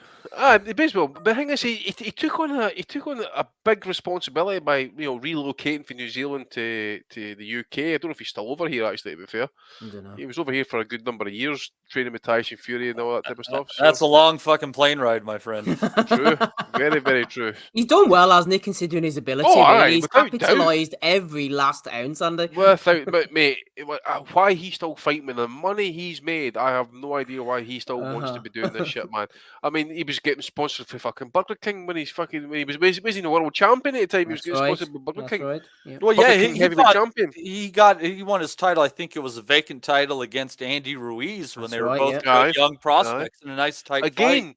In that fight, he was looking the business for the first half of the fight, and then Ruiz started to come on strong, and he was lucky to get his. Well, that was the story of Parker's early career, wasn't it? Remember the Takam fight? He was looked $1 million for 6 or 7 rounds, and then he would just pass out completely. And he just didn't have that pop really to turn a fight on its head when he really needed it. So. One of them, I suppose, he's going to get his opportunity, because the thing is for as long as we're going to wait for for something to happen with Usyk and Fury or the belts, that at some point they're going to get fragmented, and Parker will be one of the folk in line for a title fight. Who against? We'll just need to wait and see. But Zheli Zhang's got that interim belt, I believe, in WBO, isn't he? Yes, he won it off Joyce. That's right. Aye. So I don't know. Well, I don't know if he's already mentioned it, but Parker fighting maybe Zhang or whatever and that. But Wilder's there. I think you're talking about Usyk for him next and that as well. That Lenny Perot's getting high up in rankings, and that never fought no cunt as well, actually, funny enough. So I beat that Vic Hurst, didn't I? Yeah. So yeah, it's no great pickings, but Big Joe, man, it's his time has been and went, to be fair. I've never seen the fight, but I believe what Ozzy was saying, that, man, it was just trash. Good luck to Joseph Parker moving forward. Before we get on to Bellew of the Week, let's have a look at next week's action, unless I'm missing something. There doesn't seem to be a whole lot. There was. On Friday night on DAZN, there was a Jake Paul card, most valuable prospects card. Oh, I saw a clip from the undercard. The worst boxer of all time. I might dust off my gloves after seeing this guy. Sorry, Matty, go ahead. It's I might have missed that particular one. Oh my god! because what I saw were some decent fights that were on there. I saw a good fight between Lorenzo Medina and Angel Napoles, and you look at Napoles' record and you think, he was 1-0. What's the big deal? Well, the fact is he's also a Cuban, and he's got a pretty deep amateur background, probably a little bit older than his box rec would suggest. Medina, though, an interesting young fighter. He is 18 years old, and this was already his 7th professional fight, Steve. He turned pro April of last year, and he's kind of a chubby guy. He's about a 6'3" heavyweight, but he's got a lot of really cute moves. Very interested in this young kid. He's got a lot of swagger. He's got a lot of confidence. I think you guys should definitely give enough time to check out Lorenzo Medina off of that card, because he could definitely be something interesting. Also on that fight, which was reasonably amusing, Steve, you have Kevin Haler-Brown against Julian Smith. Where do you think Kevin Haler-Brown is from, Steve? Kevin Haler-Brown? Yeah. Flint, Michigan. I don't know. Cuba. Yeah, exactly. Weird, right? It's like you think like maybe his parents went to Cuba along with Angela Davis and came back or something. I don't know. But anyways, he was in. This was only his 3rd professional bout, and it was for, I think, like a WBA regional belt over 10 rounds. So you got to give him some credit in that. And it was against the once defeated Julian Smith. Interestingly enough, who is legally deaf, Steve. So if there's anything worth watching in this fight, it had its moments, but it was watching how the referee had to jump in between him at the end of the round, because Julian Smith would just keep swinging. He couldn't hear the bell. He's legally deaf. He just keeps swinging. So the referee almost had to tackle him to end the rounds. He had no issues with Smith. Wasn't malicious. So that was a decent fight with Brown in his 3rd pro fight, getting a win over Smith again, once defeated, 6-1. Also, Ashton Silva, a decent fighter. He's 8-0 at this point in time. His first fight going the distance. He went in against 11-3-1 Adam Kapinga from Tanzania, which I thought was pretty good fight for someone who was only 19 years of age. Again, got a lot of young guys going in here. Steve. And then to open up what I saw, Jamar Pemberton, who was favored in this fight, losing a 4-round decision to also undefeated Bryce Henry over 4 rounds, a knockdown scored by Henry being the difference in this fight. Honestly, some really well-matched fights on this MVP card. I got to give credit to Jake Paul. The guy's trying. I know a lot of people might dismiss him because of his in the ring and getting paydays he shouldn't, given his experience and things like that. But what he's doing on the promoter end of the sport, I think we need to take note. And this card was definitely good. It was on DAZN. I do recommend checking out some of these prospects, especially Lorenzo Medina and Ashton Silva. I think both of these guys could potentially have a future very young, but very composed in the ring. And Medina, man, he's got some moves. Well, I wrote that card off at Matty on the basis of that clip I saw, but it sounds like it was the exception rather than the rule. But I was looking up there while you were talking who the guy was I was referring to, and he was a fella called Carlos Ray Ramirez, and he is 27 years of age from Texas, a super bantamweight. He's 0-2 now with 2 knockout losses. And while I found out who he was, I look at this on BoxRec. They obviously got the same vibe as me. Giovanni Luis, first round knockout. Pro debut for Luis. Ramirez displayed no ability to box whatsoever. I saw that. You like that? They just throw that note and they're like, "This needs to be recognized." Like, please, promoters looking at this. No. So it wasn't just me then. Was that the guy that had his chin up there and it was just like? On Twitter, did you see him? I've seen that. I did see that. Yeah, I thought that's him. Guy had never fucking seen a boxing gym in his fucking puff, man. He couldn't even throw a basic jab. Yeah, he was pretty bad. So there, shout out to Carlos Ray Ramirez. There's hope for the rest of us. Just sticking with you quickly, Matty, actually, because I know you'd be interested in this on a number of levels. Next Saturday evening, the 3rd, pretty slim pickings, but Dimitri Salita is running a card in Detroit. Ardreal Holmes Jr. is on the undercard, 13-0. He's been on a few of those showbox cards that me and you like. Fighting against Wendy Toussaint, originally from Haiti. Nice woman's name there from Wendy. I saw him box against Charles Conwell on a showbox card a while back. Got stopped. He's a fireman apparently and a pretty good dude. So him and Ardreal Holmes should be a good fight. But the main one is Marichella Corneo. She's pretty easy on the eyes, old Corneo. Unlike Hannah Gabriels, who got popped for, I don't know, I'm not really sure what she was up to. But anyway, Corneo's going in against the Goat at middleweight. Chicks with dig interest for you here, Matty. You know, it's a late sub opponent, and Gabriel's wasn't that interesting in the first place. I mean, she dropped Shields when they fought, but Shields proceeded to basically win every second of every round onward from that point in time. I don't believe that I have seen Cornejo box before. I'm looking through here, just see she did fight Franchon Cruz Dezern. I didn't see that fight. She lost that one. Actually, she fought her twice. Interesting. I didn't see either of those, but that was back before the pandemic. So, she's got reasonable experience, decent late sub opponent, but this is just a homecoming fight for Clarissa Shields. It'll be interesting to see what kind of turnout they get for this, and contrast that with the turnout that we see for Alicia Baumgardner's fight in July. Kind of interesting to see if, despite all of her amateur pedigree and every, the GOAT and et cetera, if Alicia Baumgardner actually has a bigger following in her hometown than Clarissa Shields. Absolutely. Shout out to Jim McDonald Boxing, who puts in the chat, rightly so, 13,263 viewers and only 32 likes. Don't know why I bother.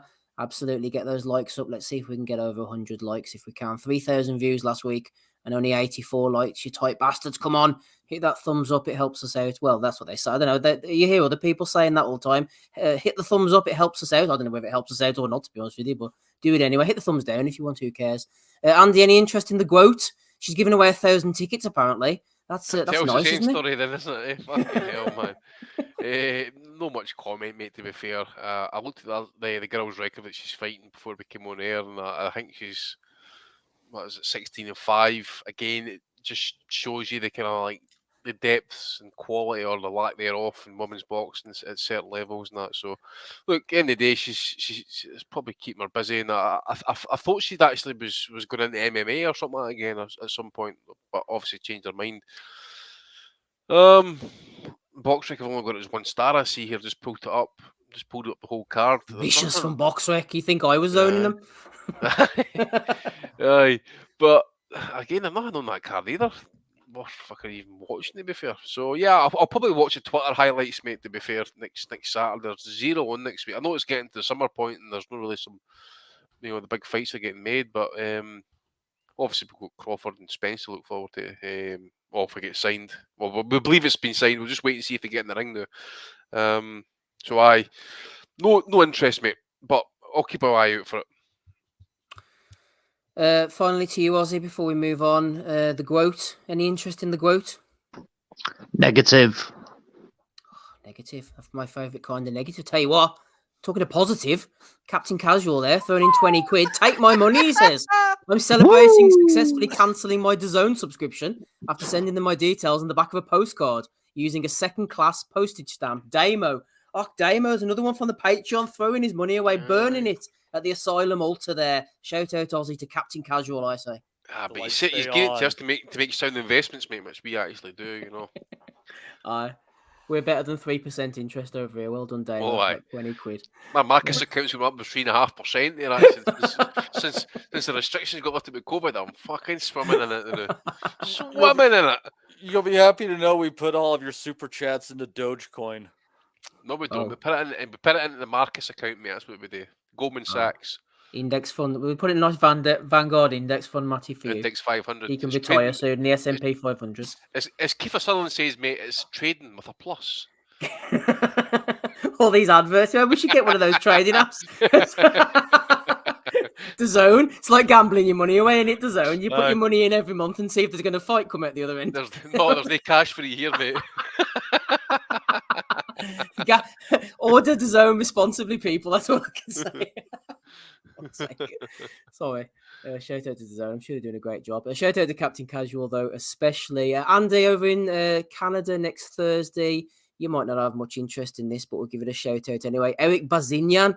He struggled in his last fight a little bit against Atlantis Fox. He's pretty straightforward. They got him in against the 28, 11 and 4 Argentine, no Jose Macias. So they're looking for Bazinian to maybe get back on the excitement train. Also, Steve Claggett, who has quite a few losses on his record now, is going in against the lesser spotted, Andy, Alberto Machado. Do you remember him? Older chipsticks to the body. So I'll tell you what, these Thursday evening cards in Canada, they're okay to keep you going. Yeah, there's something's kind of cropped up the last few months. These Canadian cards during the week and that as well. But one thing I'm sure I've seen this Jose Macias. I just pulled up his record there. I remember he beat that Kerman Lejaraga. Yes, that's right. So I remember seeing that fight actually, because that he sort of hovers around the European scene a lot, doesn't he? Getting beaten up by decent people. Sissoko beat him as well. He got beat off Lejaraga, so he beat Stephen Butler. That's the one I'm thinking about. And then he obviously went to Russia there and got beat off that Selyanyan, who was getting fast tracked until shit happened. But it's rough, man. I can't even get beat off. Alberto Machado again. I've not seen him in a wee while. Like, he must be. Didn't he just fight that Russian cat a while back, or was that Mercado? Oh, somebody else you think about. I'm sure. Last I saw him getting iced by somebody on one of those Ring City cards, wasn't he? Oh, here it is. He got iced off at Andrew Canciel. He was He was awful, mate. Somehow accidental champion somehow, and he lost both fights by stoppage here. Just couldn't take it to the body, could he? Aye, glass to the body, mate. That's Stephen Claggett talking about glass and that as well. He's a bit of a banger, but he's also had a wee bit of times he can maybe get hurt in that as well, to be fair. But yeah, I mean the Canadian scene as well. Outside the likes of your top guys like Baterbev and that. Who was the big heavyweight guy as well, mate? Who was it? Simon King? Mudov. No, not Mudov. Yeah. This isn't the card with fucking Raziki on it or something like that, is it? No. No, I shit you not. I was looking ahead on Fight TV. Like, some shit I get for free. Like, I got the Okoli fight yesterday for free, which is with my subscription. You asked for a refund. Well, it was just nice to be able to watch the card. They can't control the fucking outcome of that shit. But Fight TV wants $30 for that freaking heavyweight Canadian card coming up here whenever it is. Like the most random shit. They want $30.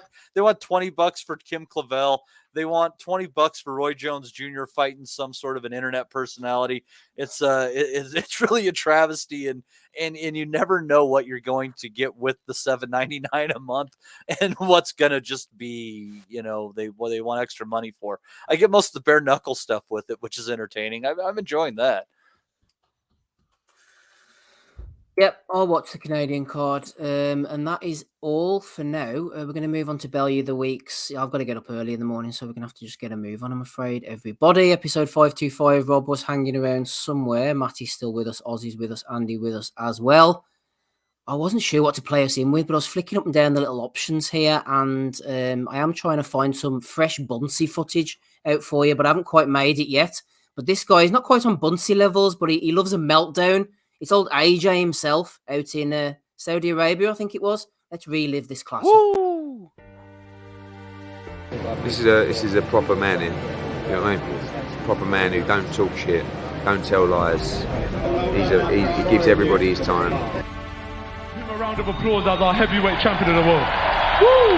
Nice work, Joshua. I'm not a 12-round fighter. Look at me. I'm a new breed of heavyweights. All them heavyweights, Mike Tyson, Sonny Liston, Jack Dempsey. Oh, yeah, you don't throw combinations like Rocky Marciano. Because I ain't fucking 14 stone, that's why. I'm 18 stone, I'm heavy. You're a troll. You know the word troll? You know what that means? Like a troll is just a fucking complete and utter low-life scumbag. That's a troll. So what? You don't have to say anything to the trolls.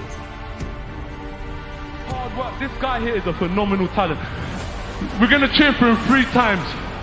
Well, how many belts you got now, bro? 5. Hip, hip! Hip, hip! Hip, hip! Hip, hip! Hip, hip!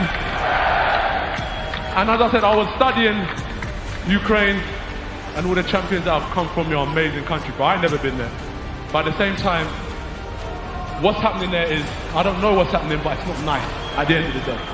I've seen it with Lomachenko in his second fight against Orlando. There was unrest in Ukraine, right or wrong. There was issues in Ukraine in your second fight. There was civil war. Vitaly Klitschko, when he faced Danny Williams, civil unrest. Let's get behind AJ to win this weekend. He's a great man. He's done so much for the sport. He's inspired so many. As Bellew says, he paved the way, AJ, for fights for Bellew, like against Usyk and against David Haye, and for him to have that kind of platform. Usyk as a champion, please raise your hand. Under them circumstances, he managed to become champion. Champ, champ! Champ, champ! Champ, champ! And I just want to say, Bismillah.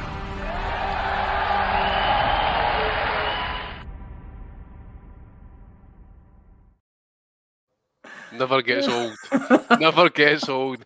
I've studied Ukraine, but I've no idea what's happening there. It's not nice anyway. True or false? Oh gosh, you class today. On the civil unrest. Don't be a troll, Steve. Do you know what a troll is? Get a life. Bastard. A dirty, no-use scumbag. Fuck, that's what a troll is. Bitter bastards. There's a troll. The Gad. Don't think the Gad's featuring, actually. The Gad was in Belfast all week, but he wasn't at the fight. He was at the fight down in Bournemouth. He was poking about in the ring, so he gets about, doesn't he? Do you know why? Do you know why he should have been in Bournemouth? Because all the lassies were going to be with bikinis on, actually. Sunny weather. Belfast usually pissing the rain. He was on the Whiskey and White podcast, so a friend of the pod, Tommy McCarthy and Tyrone McKenna have a podcast called Whiskey and Whites, and the Gad was on it. No doubt there was some interesting quotes, but I didn't get a chance to watch it, so I can't fit it in. Oh, I might watch that, actually. I didn't realise. Yeah, it's good. Getting beyond their black curtain, the Gad. Stephen A. Smith, this was from last week. I neglected to mention it. I saw it too late, but I thought it was well worth a mention. Hamed from Hamed Boxing threw this one in. Stephen A. Smith wasn't happy with the Lomachenko-Haney decision. He said, that's a bullshit decision. Haney may have won, but it was barely. There should not have been a 116-112 score or a 115-113 call. It was that close. We have another advocate for the half-point system. Yes. Should have been 114 and 113 and a half to 114. Another advocate for substance abuse, I think. Steve, where's the even round? Steve, can you imagine like back in the day when you did the WBU doing the 20-point rounds? Yes. Remember the ones? Holy fuck! Go back and watch the Shane Airy fight against Mickey. Was it Mickey Ward? Mickey Ward, yep, The WBU fucking title. scorecards, man. Glenn McCurley's put up scorecards on 210 to fucking 180. I was like, what is fucking going on here? 200 scorecards, fucking brilliant. I don't think Stephen A's thought that one through, to be honest. Oh man, fuck Stephen A. Jesus, brilliant. I shout out to him. He's doing his best. Ebbs as well. Ebony Bridges pledges to flash Leeds players in the dressing room if they stay up. World champion boxer Ebony Bridges they has got pledged relegated. the entire Leeds squad. No wonder they went fucking down. Exactly. Can you imagine it was he was here for this one, by the way? He'd be gone fucking mental. He hates her, by the way. Doesn't he think she's tidy? When they go anywhere near her, when they push her on, she was on fire, mate. Probably because she would explode with all that plastic, you never know. She was out this week leading the charge against trolls. Get a life, trolls who just want to bring other people's lives down. But her Australian colloquialisms, she was saying, don't be, all these people out there that just want to make people's life miserable. You just fucking shit cunts. So don't be a bunch of fucking shit cunts. Shit cunts. Brilliant. You see the thing is, man, she was happy to put herself out there and get all the plaudits and all the comments now when you fucking put yourself out there with your brand pants. What happens? Some people just decide to take it a wee bit too far. So, get a life. Just comes with the territory, Even Leeds we get in the it. Leeds in the blood, Ebbs. Big shout out to all my Australian fans. Maybe he's talking about Ebbs, Tyson Fury. One Australian fan has had a tattoo. We love a tattoo. Oh dear. Fucking hell, man. What's that next to him? Is that a bulldog with got the eyes in it or something there? That's Bulldog. It's not. Oh, it's my mate Bulldog. That's my mate Bulldog with a fucking meat cleaver cock.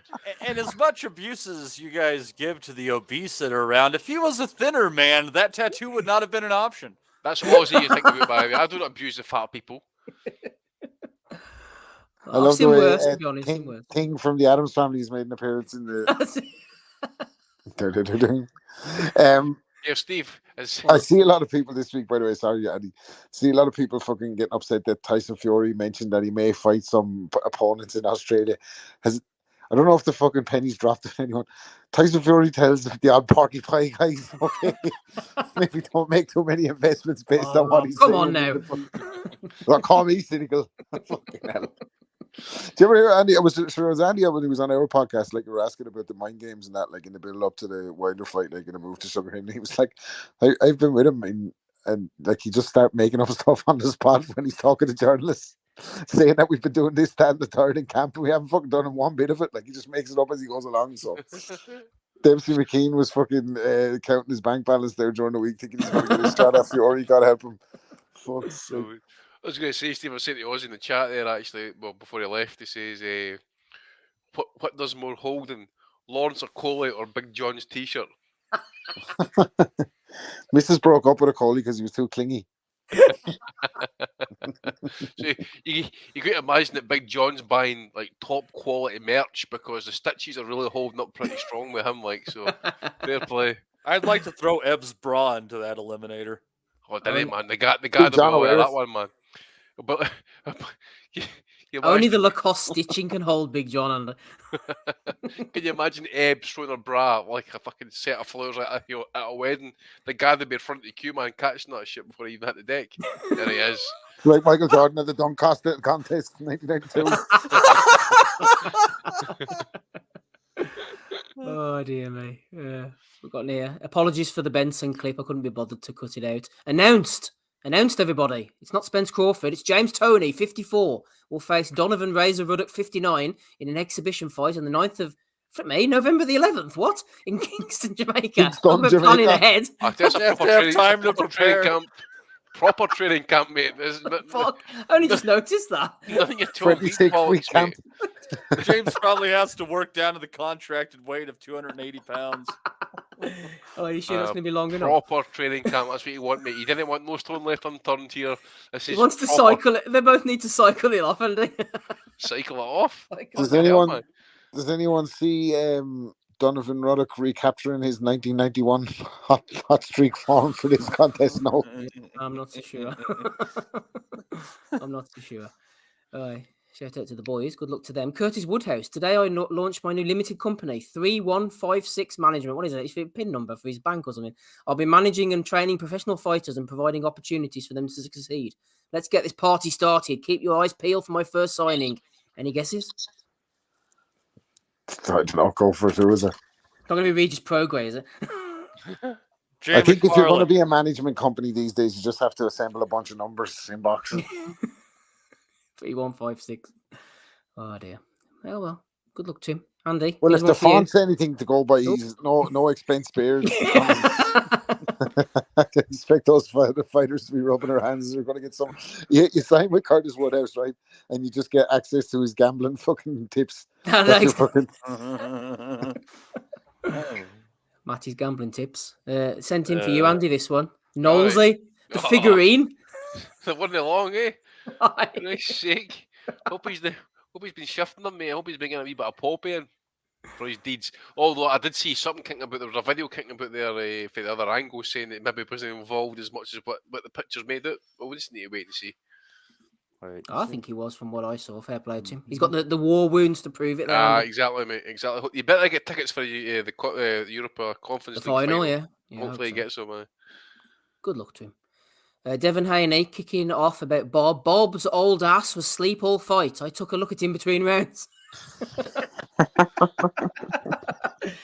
He was there last night. He's tell you what, he's fairly trekking on, his old Bob. Like, he's not the most mobile in the world, obviously, as you wouldn't be at 93, but he's doing well. Cannabis keeps him young. Why would you want to go to Belfast at 93? Geez, after making it to 93, fuck's sake. He's enjoying life. Parker versus Django. $39.95. Former heavyweight world champion Joseph Parker. Anybody pay $40 for that first round massacre? It's truly unchained. 40 New Zealand dollars. What's that in Ryan Deal? That's Ryan Deal money, isn't it? Ryan Deal money, yeah. Shout out to Ryan Deal. That's not as much as you think it is. Aye. $39.95. Wow. He'll Photoshop me. $39.95. There you are. It's $25 US and a marsupial. It's it's not too bad. £19.58. Oh, what you say it like that? 20 quid. Parker Django. Aye. 20 quid to watch that action. You'd pay that. Hannah Gable's promoter Lou DiBella on why she's tested positive for closterbol, which has seen her pulled from the Clarissa Shields fight. Her dog had major abdominal surgery. She applied the medication to her dog, and that's how it got in her bloodstream. The D. Willers excuse. The old dog. You can't teach an old dog new drug techniques. I'm telling you, by the way, it's going to take a special breed of male fighter is going to come out here one day and say that he caught the PED because his boyfriend had bummed him or something like that, you know? And that's how he got into his system. We had run out of Vaseline. Or he wanted to jerk me off. Well, or he swallowed his man milk or something like that, you know? Someone was having a go and saying, yeah, well, she was quick to fucking use this as an excuse. Why didn't she use rubber gloves? And Lou DiBella was up defending her. And he said, yeah, because she's going to run to her corner store in Costa Rica and get rubber gloves. I don't know. Well, you'd want to be a dastardly, deceitful person to use your dog as an excuse for failing a dope test, wouldn't you really? Like? Well, they all had their say. Johnny Horsecock Nelson thrown in 79p. Shout out to Johnny Nelson on the Lawrence Okoli fight weekend as well. Johnny would have been proud of that performance, so shout out to Johnny. That was a classic Johnny Nelson fight, eh? Oh, mate, that would have been Johnny Nelson's. That was a Johnny Nelson zenith performance, that wasn't it? Eh? Fucking clinching and holding. Clinching, holding, and grabbing as best as you can. Someone was looking up Jack Catterall on Wikipedia earlier, and they've got it down a split decision brackets robbed. I thought that was quite a nice little touch there. Lawrence Okoli, I woke up feeling blessed. Well done to Chris Billam and the whole McGuigan team. What a show, what a performance. Chris, you were great yesterday. Thank you, Bournemouth, for having me. I'm down but not out, blah, blah, blah. And Sam, whoever that is, tweeted out, that photo is actually from round 8. Brilliant. What a show. That was quite a good one. Oscar De La Hoya has been enjoying life. He tweeted out, for your information, just because we are celebs doesn't mean I'm going to take your lame shit comments. Putting everyone on blast. Let's go. And then he followed that up with, shut the fuck up if I bend your legs. Top Shagger was Oscar back in his prime, by the way. He also said, someone said, any cocaine, ask her, and he said, ask your mom, she was on crack when she had you. The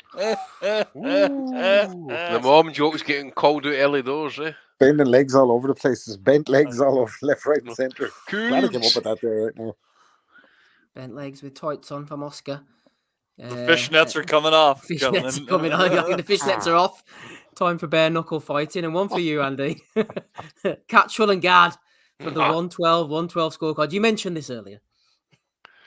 Yeah. Adam Catterall was getting dog's abuse. So was I didn't hear the Gad say it, but Catterall was like, wow. 112. So clearly didn't get the memo. Or clearly did get the memo, actually. He was backing the house fighter, or the champ, shall we say. It wasn't the house fighter, was it? No. Shout out to those boys. That's all the ones I've got, Andy. Any nominations from you, please? Just the one, mate. I think my latest one. So Sky Nicholson felt she had to chime up, but I think it was Facebook or something. She took a screenshot or been watching the MMA with Banter Serrano. And she says, Sky Nicholson says, wants a big money fight, yet is fighting Heather Hardy next, who she beat clearly 4 years ago, who also turned down fighting me at MSG earlier this year because she can't make featherweight anymore and is now fighting Serrano at featherweight. So Heather Hardy's not taking that shit. She comes back, bitch. They offered me $25,000 to get down to featherweight in 6 weeks with no belts. Fuck out my face. You've got literally nothing I want. You weren't worth going to diet for, bitch. So fucking Eddie's need to step in here by defend his bride's honour here, for fuck's sake. Come on, Eddie. Who's on a diet himself? Somebody's worth going on the diet for. So a bit of kind of. Well, and also to be fair to what Sky said, and Serrano beat Hardy like badly, like bloodied her up. Fight could have been stopped, and then after that fight, Hardy popped positive for PEDs, so she took a lot of drugs and got the shit beat out of her. Not a good combination. And Hardy, of course, was the recipient of the famous "both have been rape victims" comment as well. So she's doing well in boxing. It's old Heather Hardy. Any from you, Matty? That scorecard kind of sums it up. That's what kind of stuck in my craw all weekend long, was that 112 that one of the judges put together. I'd actually like to see those official scorecards, because either they scored one of the knockdown rounds a 10-9, or he had an even round somewhere in there too. But he had to work really fucking hard to get Okoli to a draw in that fight. You have to at least commend him on creativity. Yeah, Jim McDonald Boxing says Okoli will end up on a ticket deal with Den grappling holder Dave Allen in the Ponds Forge. I wouldn't be surprised. Rob, any nominations from you, please? No, nothing for me this week. Just Oscar. I was going to get the Oscars one when he said your man was on crack. Basically, you can't fucking fuck with Oscar. Like, so. No, nothing else. Nothing from Rob, nothing from Oz. Stephen A. Smith got our first nomination in the recap. Ebbs was going to flash the Leeds players. They said no thanks, we'd rather get relegated. Fury. And style, Dave, go beat 4-1. They really didn't want to see the Ebbs merchandise. A few of them were ringing Ivan Toney saying, look, this is only going one way. Can you imagine Bellew today with Everton result, man? Fuck me, they'd be climbing the ceiling, they'd be fucking through the roof. Oh my God. Tony Ruddock getting a nomination. Curtis Woodhouse going into management. We've got the Knowlesy figurine. We have Haney going in on Bob. The $40 pay-per-view in New Zealand. Hannah Gabriel's excuse. We had Wikipedia. Lawrence Okoli picture. Oscar De La Hoya. Andy throwing in the 112. Plus what the boys said. And for that terrible boxer as well, I'm going to throw him too. Quite a strong week this week, actually. Andy, who are you going for? Episode 525. I will go for Ebony Bridges, mate. Just to see Leeds players sack off the fucking season, the chance to stay in the Premier League, and they go out and get off. I think they played Spurs today. They go out and get pumped off fucking Spurs, who've been shite all season. Can they carry the badge? And then they turn up and they fucking fold like that, man. And Ebony Bridges will be crying into the cornflakes tomorrow morning. She's got to go and watch them in the Championship next season. 44-game season. Going to test the willpower, I suppose. We'll wait and see how hardcore a Leeds fan she is next season in the Championship. Oh, exactly. When she's travelling to Rotherham on a Tuesday night. Aye. See where them nips will get you. Cold Tuesday night in Stoke. Oh, they nights, man. See how you're fucking liking it then, hen. Yes, nomination from Andy for Ebony Bridges. Matty, who are you going for this week? Oh, the 112 judge. The 112 judge. He's getting his nomination. Rob, what about you? Yeah, the 112 judge, like that's just a piece take. And Catterall and Gad for both having a 112 as well. Fucking hat trick. I was going to go for, where was it? I liked Oscar, but not that one. Yeah, the Hannah Gabriel's test. I thought that was quite a good one. But yes, the winner with 2 votes this week is the 112 judge in the Lawrence Okoli Chris Billam-Smith fight. Congratulations to you. You are the winner. Belly of the week. Benjamin Rodriguez, Steve. Benjamin Rodriguez. Congratulations. Well done. Well done, Mr. Rodriguez. Nice trip to the South Coast. You won the Bellew of the week. Let's have a look to our super chatters before we get out of here. We had 3 today, actually. Joe Burns throwing in 199. Johnny Horsecock Nelson throwing in 79p. Superseded by Captain Casual himself. That's Damo. Shout out to Damo. He's a very vibrant member of the Boxing Nutters Messenger group. He's throwing in 1999. He comes on the Nutters calls as well. All round good guy is Captain Casual, aka Damo. If you want to join him over on the Nutters group, it's patreon.com/Boxing Asylum. Apart from that, thanks to everyone who's come on tonight. We've had Matty, we've had Rob, we've had Andy, and also Ozzy. I've been Steve Wellings. Hit the thumbs up if you like. Give us a subscribe, leave a review. We'll catch you all again for episode 526. Matty will be back in the hot seat. Same time, same place, next week, and goodbye. We'll never forget. I think that's good happening. Go to Adam move! We want to be honest, yeah? Crying like a little bitch. I've never met a fucking wank that can fight me. I fell asleep. I fell asleep. You're a fucking bum, you're a fucking asshole. Rumple fucking stiltskin. But allegedly, Oscar Rivas has failed a test. 7-year ain't it? 7-year ain't it? I will fucking smash fucking you. I hope you fucking die. Be safe. I love boxing sounds, as simple as that.